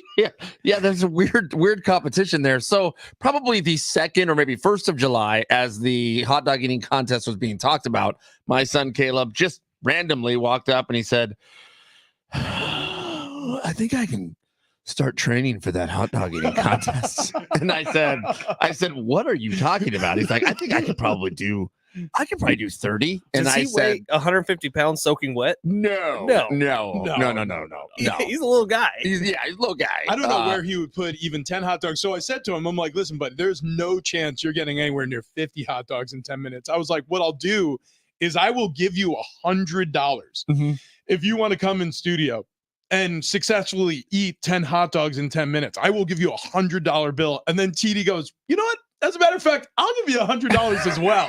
Oh man, do I have to pay up now too? Well, you can just say it. It's not going to happen. I mean, 10 hot dogs in 10 minutes. Yeah, I mean, I pony up 1,000. Okay, so listen, awesome chat with Sal Capaccio there. We're going to continue doing that. Each division will focus on 2 teams as our prelude to the NFL season. Also, a day to remember tickets coming up here in just moments, okay? You're going to be wanting to pay attention to Four Corners with John Fink in just a second, because you'll find out how you're going to win a day to remember tickets there. But first, we got to do this. No, he's not ready. Wait. Oh, I thought we were going straight to the news. well, Sorry. This isn't going to take long because there ain't much happening. We do it every day. It's halftime with your host, Travis Dale. Travis, what's trending? Listen, big voice guy, it is TD in the hallways. Okay. You ask anyone here. The Padres, they got the Mariners in town today. Adam Major on the mound. 6:40 start time there, and the Tour de France. First pitch. Tour de France, stage 10 underway. It is happening out in France, guys. You wasn't sure where that were located. Do they go under the Arc de Triomphe? I don't know They do. the answer to that. Sweet. Yeah, but I feel like tour in English or France is tour. I believe that's correct. crazy. Yeah. Unbelievable. Wow. Jerseys in the Tour de France classifications are yellow for the overall leader, green for the leader in points, polka dot for the mountain classification, I like that. and white for the best young rider. At the moment, Tadej Pogacar is in the yellow jersey. Why'd you write it down if you can't say it? I can't. If it said Steve Smith, I would stumble over it. I don't know. I think Zach Wilson wearing the white jersey currently, and in the WNBA, WNBA. nothing. Okay, there's no Fair games. enough. No games. Yeah, that's it. So we quickly move on to one of the favorite segments of the week. We scan the 4 corners of the map for the best stories with newsman John Fink. Yes, friends, scouring the globe to find the stories you didn't know you needed to know. From the Four Corners News Desk, I'm John Fink. First up in hippopotamus news, a report from the UK. What? No, I like it when we start out with hippopotamus news. Yeah. Well, It's you know, something- we it's a gotta- weekly feature. If it bleeds, it leads, right? So the Royal Veterinary College found that hippopotamuses, I'm gonna look that up. can be airborne. What? Yes, the new study found that the hippos can be airborne when they're moving fast for up to 0.3 seconds at a time, Wow. which is better than me in my college basketball career, I have to say. I'm gonna be honest with you. Yes, You both are allowed. this is what I'm reading. Hippopotamuses or hippopotami are both acceptable pluralizations of Very nice. hippopotamus. I like hippopotami. I think Hippopotami. hippopotami was actually a derivative of the Latin, so I think a lot of people use that for Very like nice. older time speak, and then yes. Okay. All right. But yeah, I'm in. so I mean, look, So- this is no surprise for anyone that's seen Fantasia. Sure. No, this is not a shock at all. Now No. you're saying they go airborne for only like fractions of a second? Yes, 0.3 second. Okay.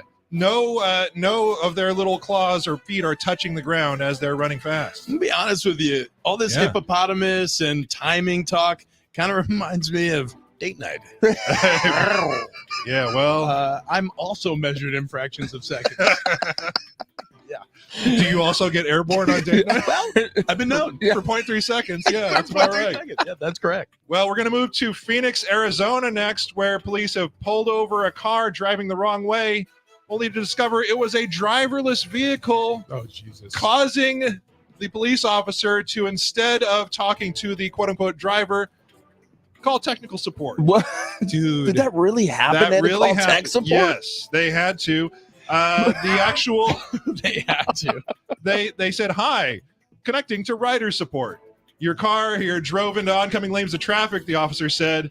And then they just sort of tried to explain it, causing people to actually pull over when they saw an officer talking to no one in the driver's seat. What's going to happen when AI officers replace officers and then Oh, you yes. have AI police cars stopping driverless cars? This sounds like the best video game ever. The future is really bleak, folks. Yes. Right, I, right, for right. one, welcome our robot overlords. Right. I want that on record. Yes. This is newsman John That's Fink. bad. John Fink welcomes robot overlords. I'm a big fan of AI. I'm shocked that the car will pull over when Yeah, a cop that's it. gets behind him. I mean, I guess they have programming in there, but it was real bad. Apparently, it was going the wrong direction in opposing lanes of traffic for a while. The statement from the driverless car held by Waymo said that the car encountered inconsistent construction signage and briefly entered an unoccupied oncoming lane of traffic. I get it. It was Same excuse as Scotty Scheffler. it was robot road rage. Pretty much.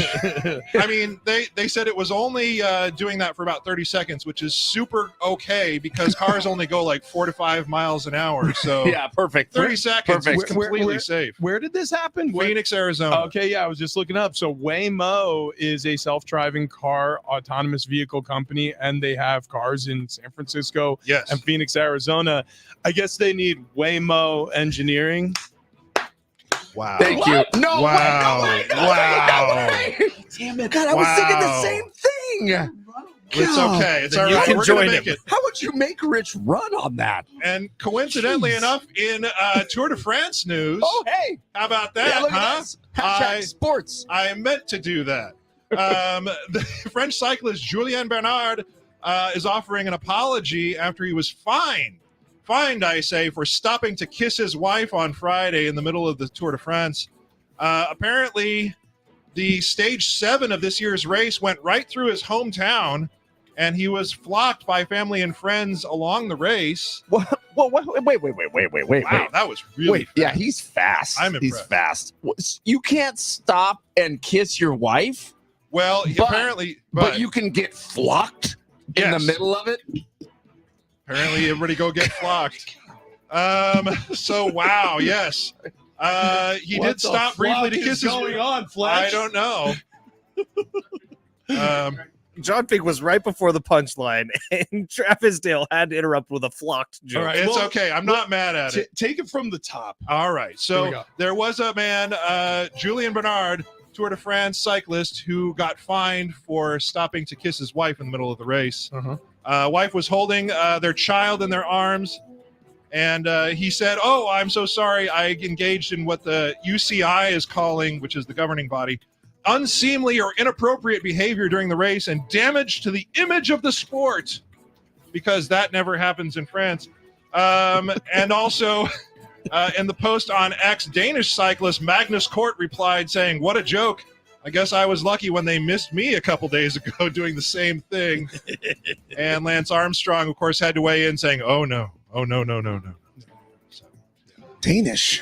Danish. Sounds delicious. I know, So, right? yeah, I Oh, do so like a good Danish. The Starbucks cheese Danishes, they're Yeah. actually better than you would think they are from like Yeah. a fast food Yeah. drive-through That's fair. style restaurant. Yeah, they're pretty good. You The- pair that with like a latte. The Yeah. Starbucks oven thing, air fryer, Yeah. is really good. I want it in yeah, my I house. want- It's not my reality. Yeah. I want Right. Well, speaking of eating out at places, we're going to go to a Mexican. Easy. We're going to go to a Mexican Mhm. restaurant. Why are you running for my joke?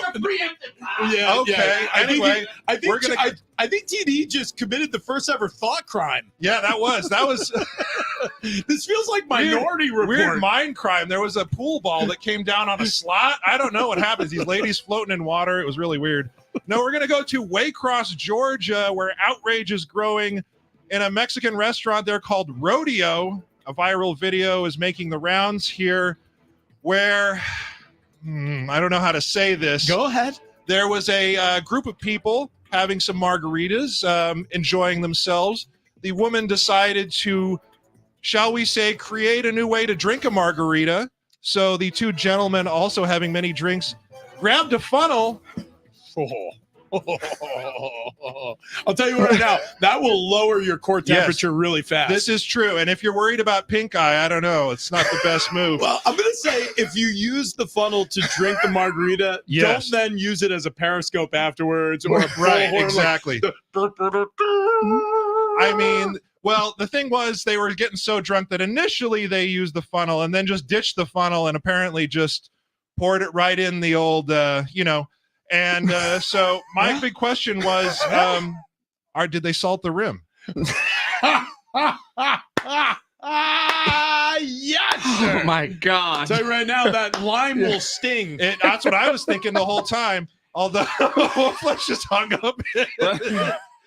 So, guys, perfect timing. And John Fink, thank you so My much. thank you pleasure. very, I'm going to very go get a much. mudslide margarita. Look, John, get the hell out. Oh, I'm so sorry. This man, John Fink, bringing you the four corners of the world every Tuesday.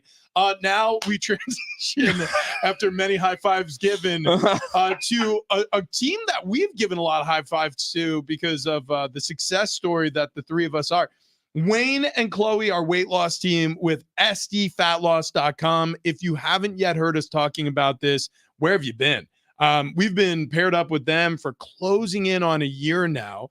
We started our weight loss journey back in September of 2023 with Wayne and Chloe. We've all collectively lost over 100 pounds as a show. I lost over 35 pounds. TD, he's down over 30 pounds. Fletch, he started out at 278. He's down into the 230s now. You do the math. I can't. A lot of weight loss by Fletch. Anyways, look, if you're looking to lose weight, the summer's here and you may think, oh, it's too late. I promised myself I'd lose all the weight before the summer. And now I'm already at the beach flopping around out there. So I'll wait till next summer. Don't do that. Don't do that. Start right now, because in the first week of SD Fat Loss, I lost 14 pounds. I was down 20 pounds within 2 weeks. It was unbelievable. It happens fast. Your body transforms. So if you're looking for a reason, use us as the reason. We are testaments that this program works. SDFatLoss.com. And if you sign up right now and you mention Big Rich, TD, and Fletch, you save $200. Weight loss the natural way. No gimmicks, no fad diets, no injections, no weird food sent to your house or protein bars or protein shakes. It's just good old-fashioned hard work with great guidance from Wayne and Chloe. You can do it if we did it. SDFatLoss.com.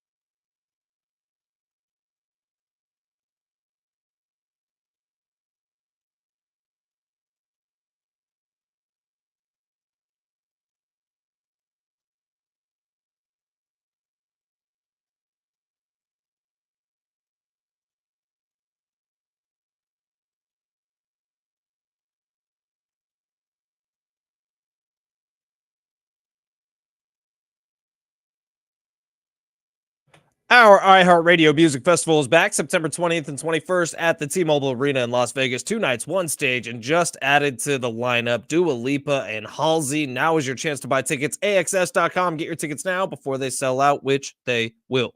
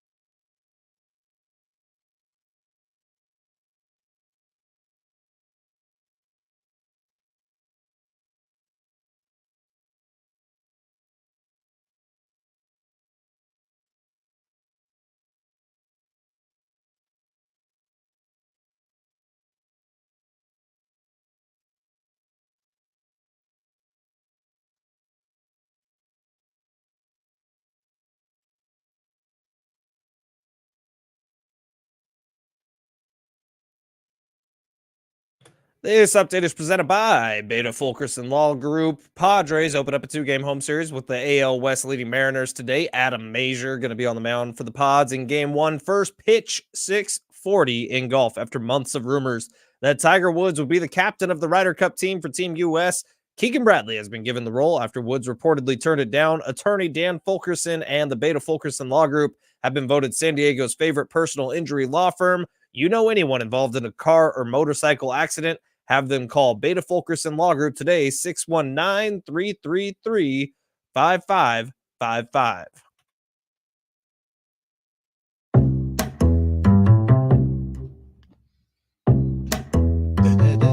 Whoa.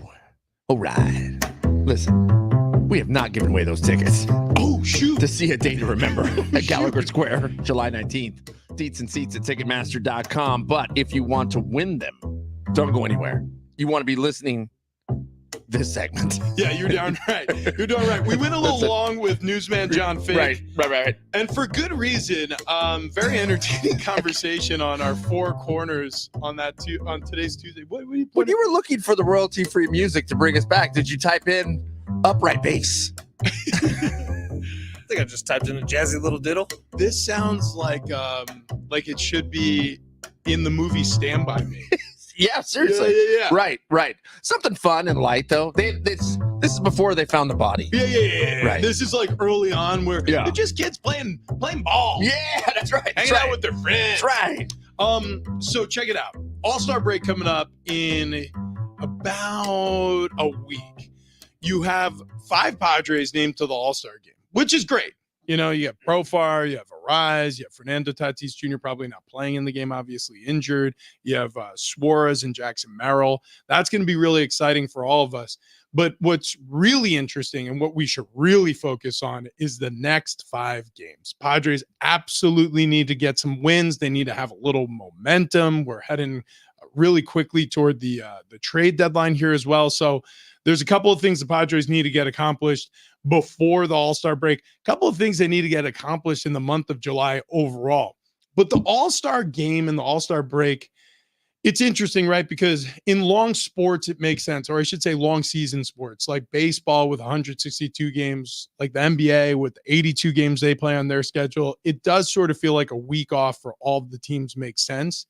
If the NFL expands to 18 games, with the Pro Bowl now being two-hand touch, like literally two-hand touch, and nobody in danger of getting injured during the Pro Bowl, could you see, or would you want the NFL to have that second bye week be a Pro Bowl break? I hadn't thought about that.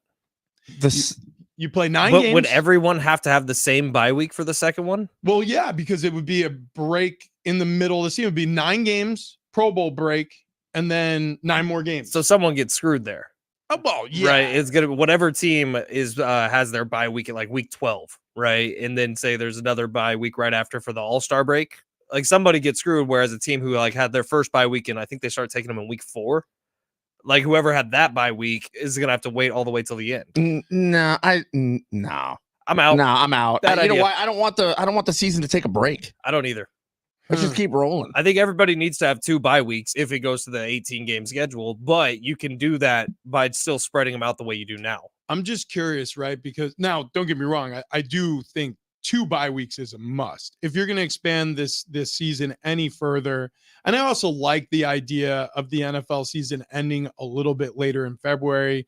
Get that Super Bowl all the way to President's Day or whatever that holiday is, where the Monday is a holiday. Yeah, like we need that. We need the Monday off. It's Super Bowl Monday. I mean, we wouldn't get it off, but well, not us. Everyone else would. Everybody else. It's already the most called out day. Sick day, sick whatever, day. vacation day. Right, every year. Yeah, but here's the argument I will make for the Pro Bowl break, because I don't even necessarily think I'm supportive of it either.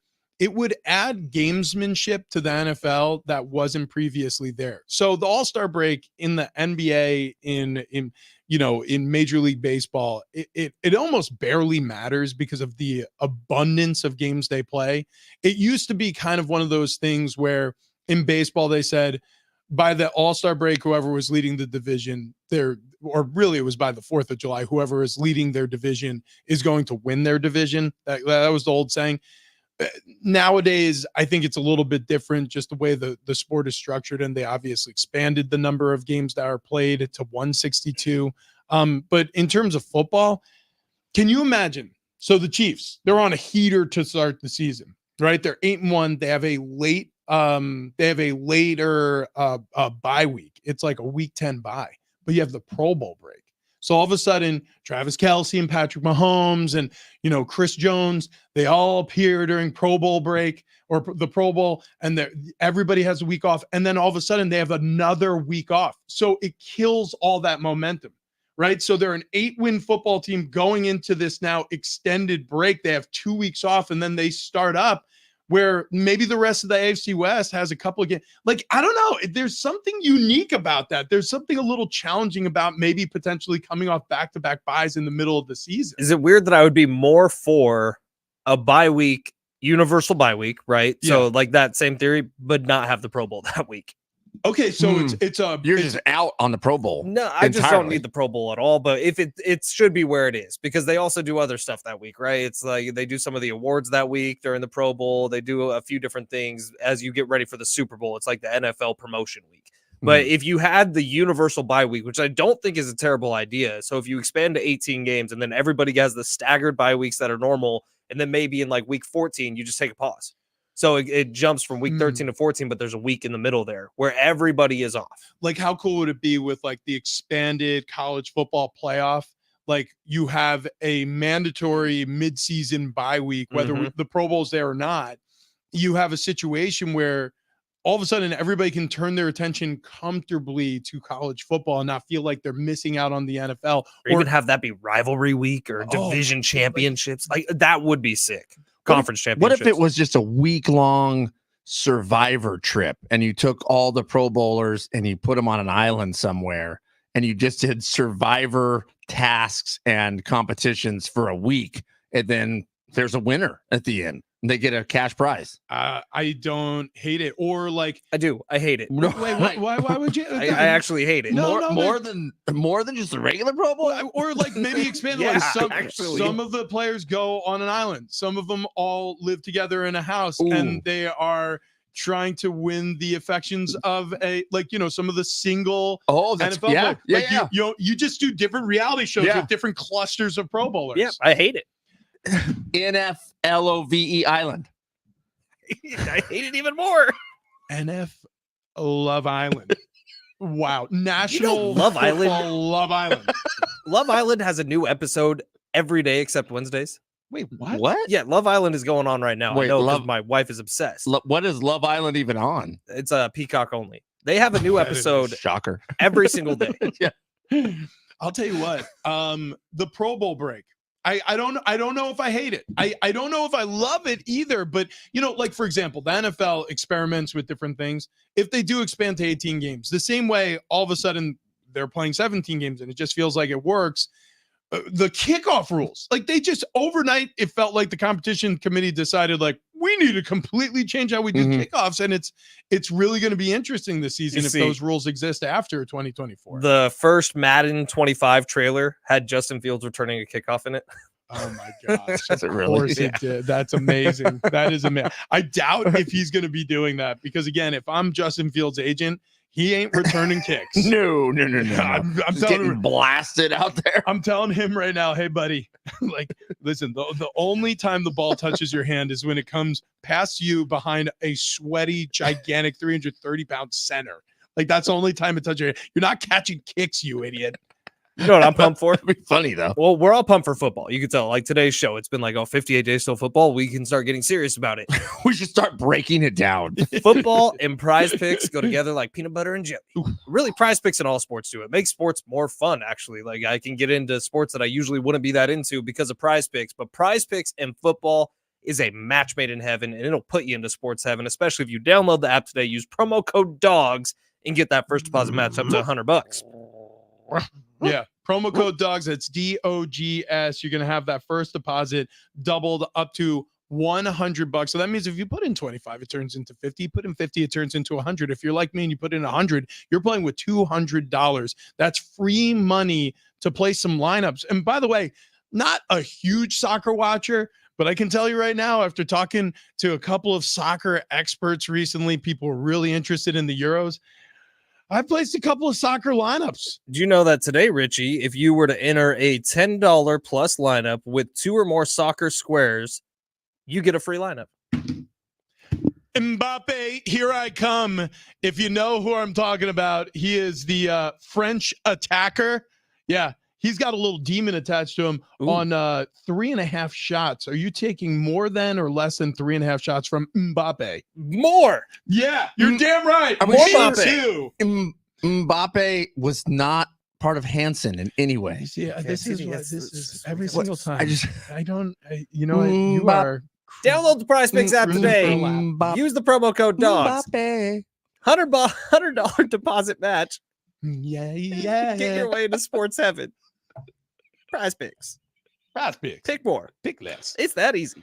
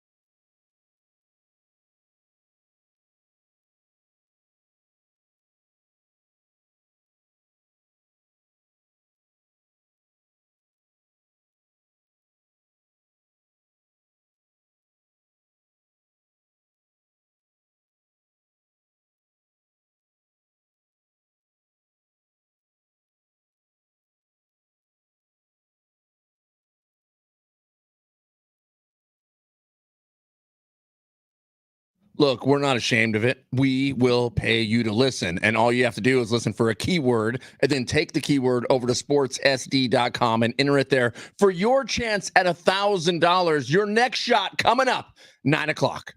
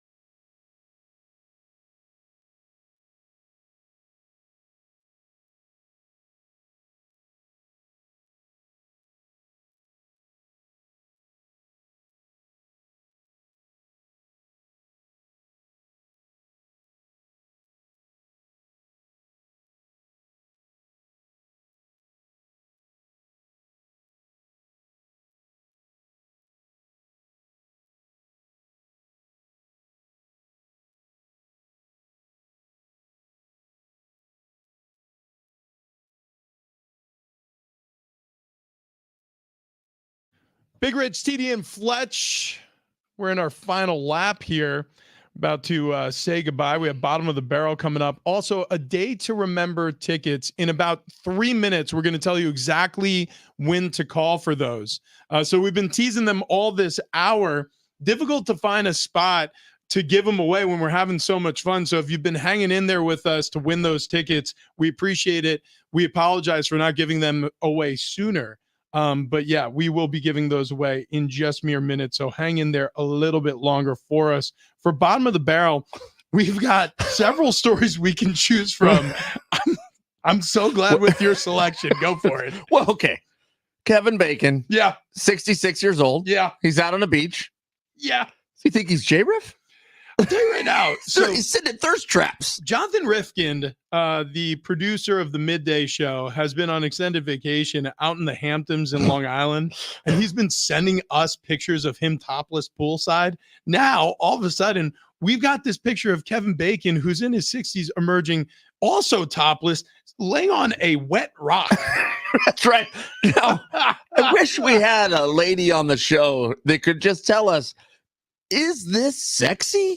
Like, does that do it for you? I got a wife who's all about Kevin Bacon, and she would say yes. Yeah, really? Of course, that's sexy. Look, he's an icon. What? Now, Kevin But he's- Bacon, I thought was actually the best part of the new Beverly Hills Cop movie. One of. I thought he was great. Yeah, I liked it. Yeah. I liked him in that. No problem there. But Kevin Bacon has always kind of been like the best B movie actor. You seen Tremors? I have, and I would call that a B movie. Reba McEntire was in that with an elephant gun. But what's strange about him is I definitely don't disagree that many of the movies that Kevin Bacon Footloose is one of the biggest movies ever. has starred in haven't done great. But I will say this. He is an A-list. Okay, You know what I mean? Yeah, he is. He's Hollywood royalty. and I I'm mean, not he's been saying around forever. I don't like Kevin Bacon, and I'm not saying I don't like Footloose. I'm just saying it's not like he's He's not Tom Cruise. Well, no, but I mean, how many people are Tom Cruise? How There's many like people two are, Tom Cruises. Yeah. It's Robert Downey Jr. and Tom Cruise. I just can't imagine taking this photo and then posting it online. Well, see, that's the difference between you and me, because at 66 years of age, if I look anything like Kevin Bacon, I'm finding a wet rock. He's 66.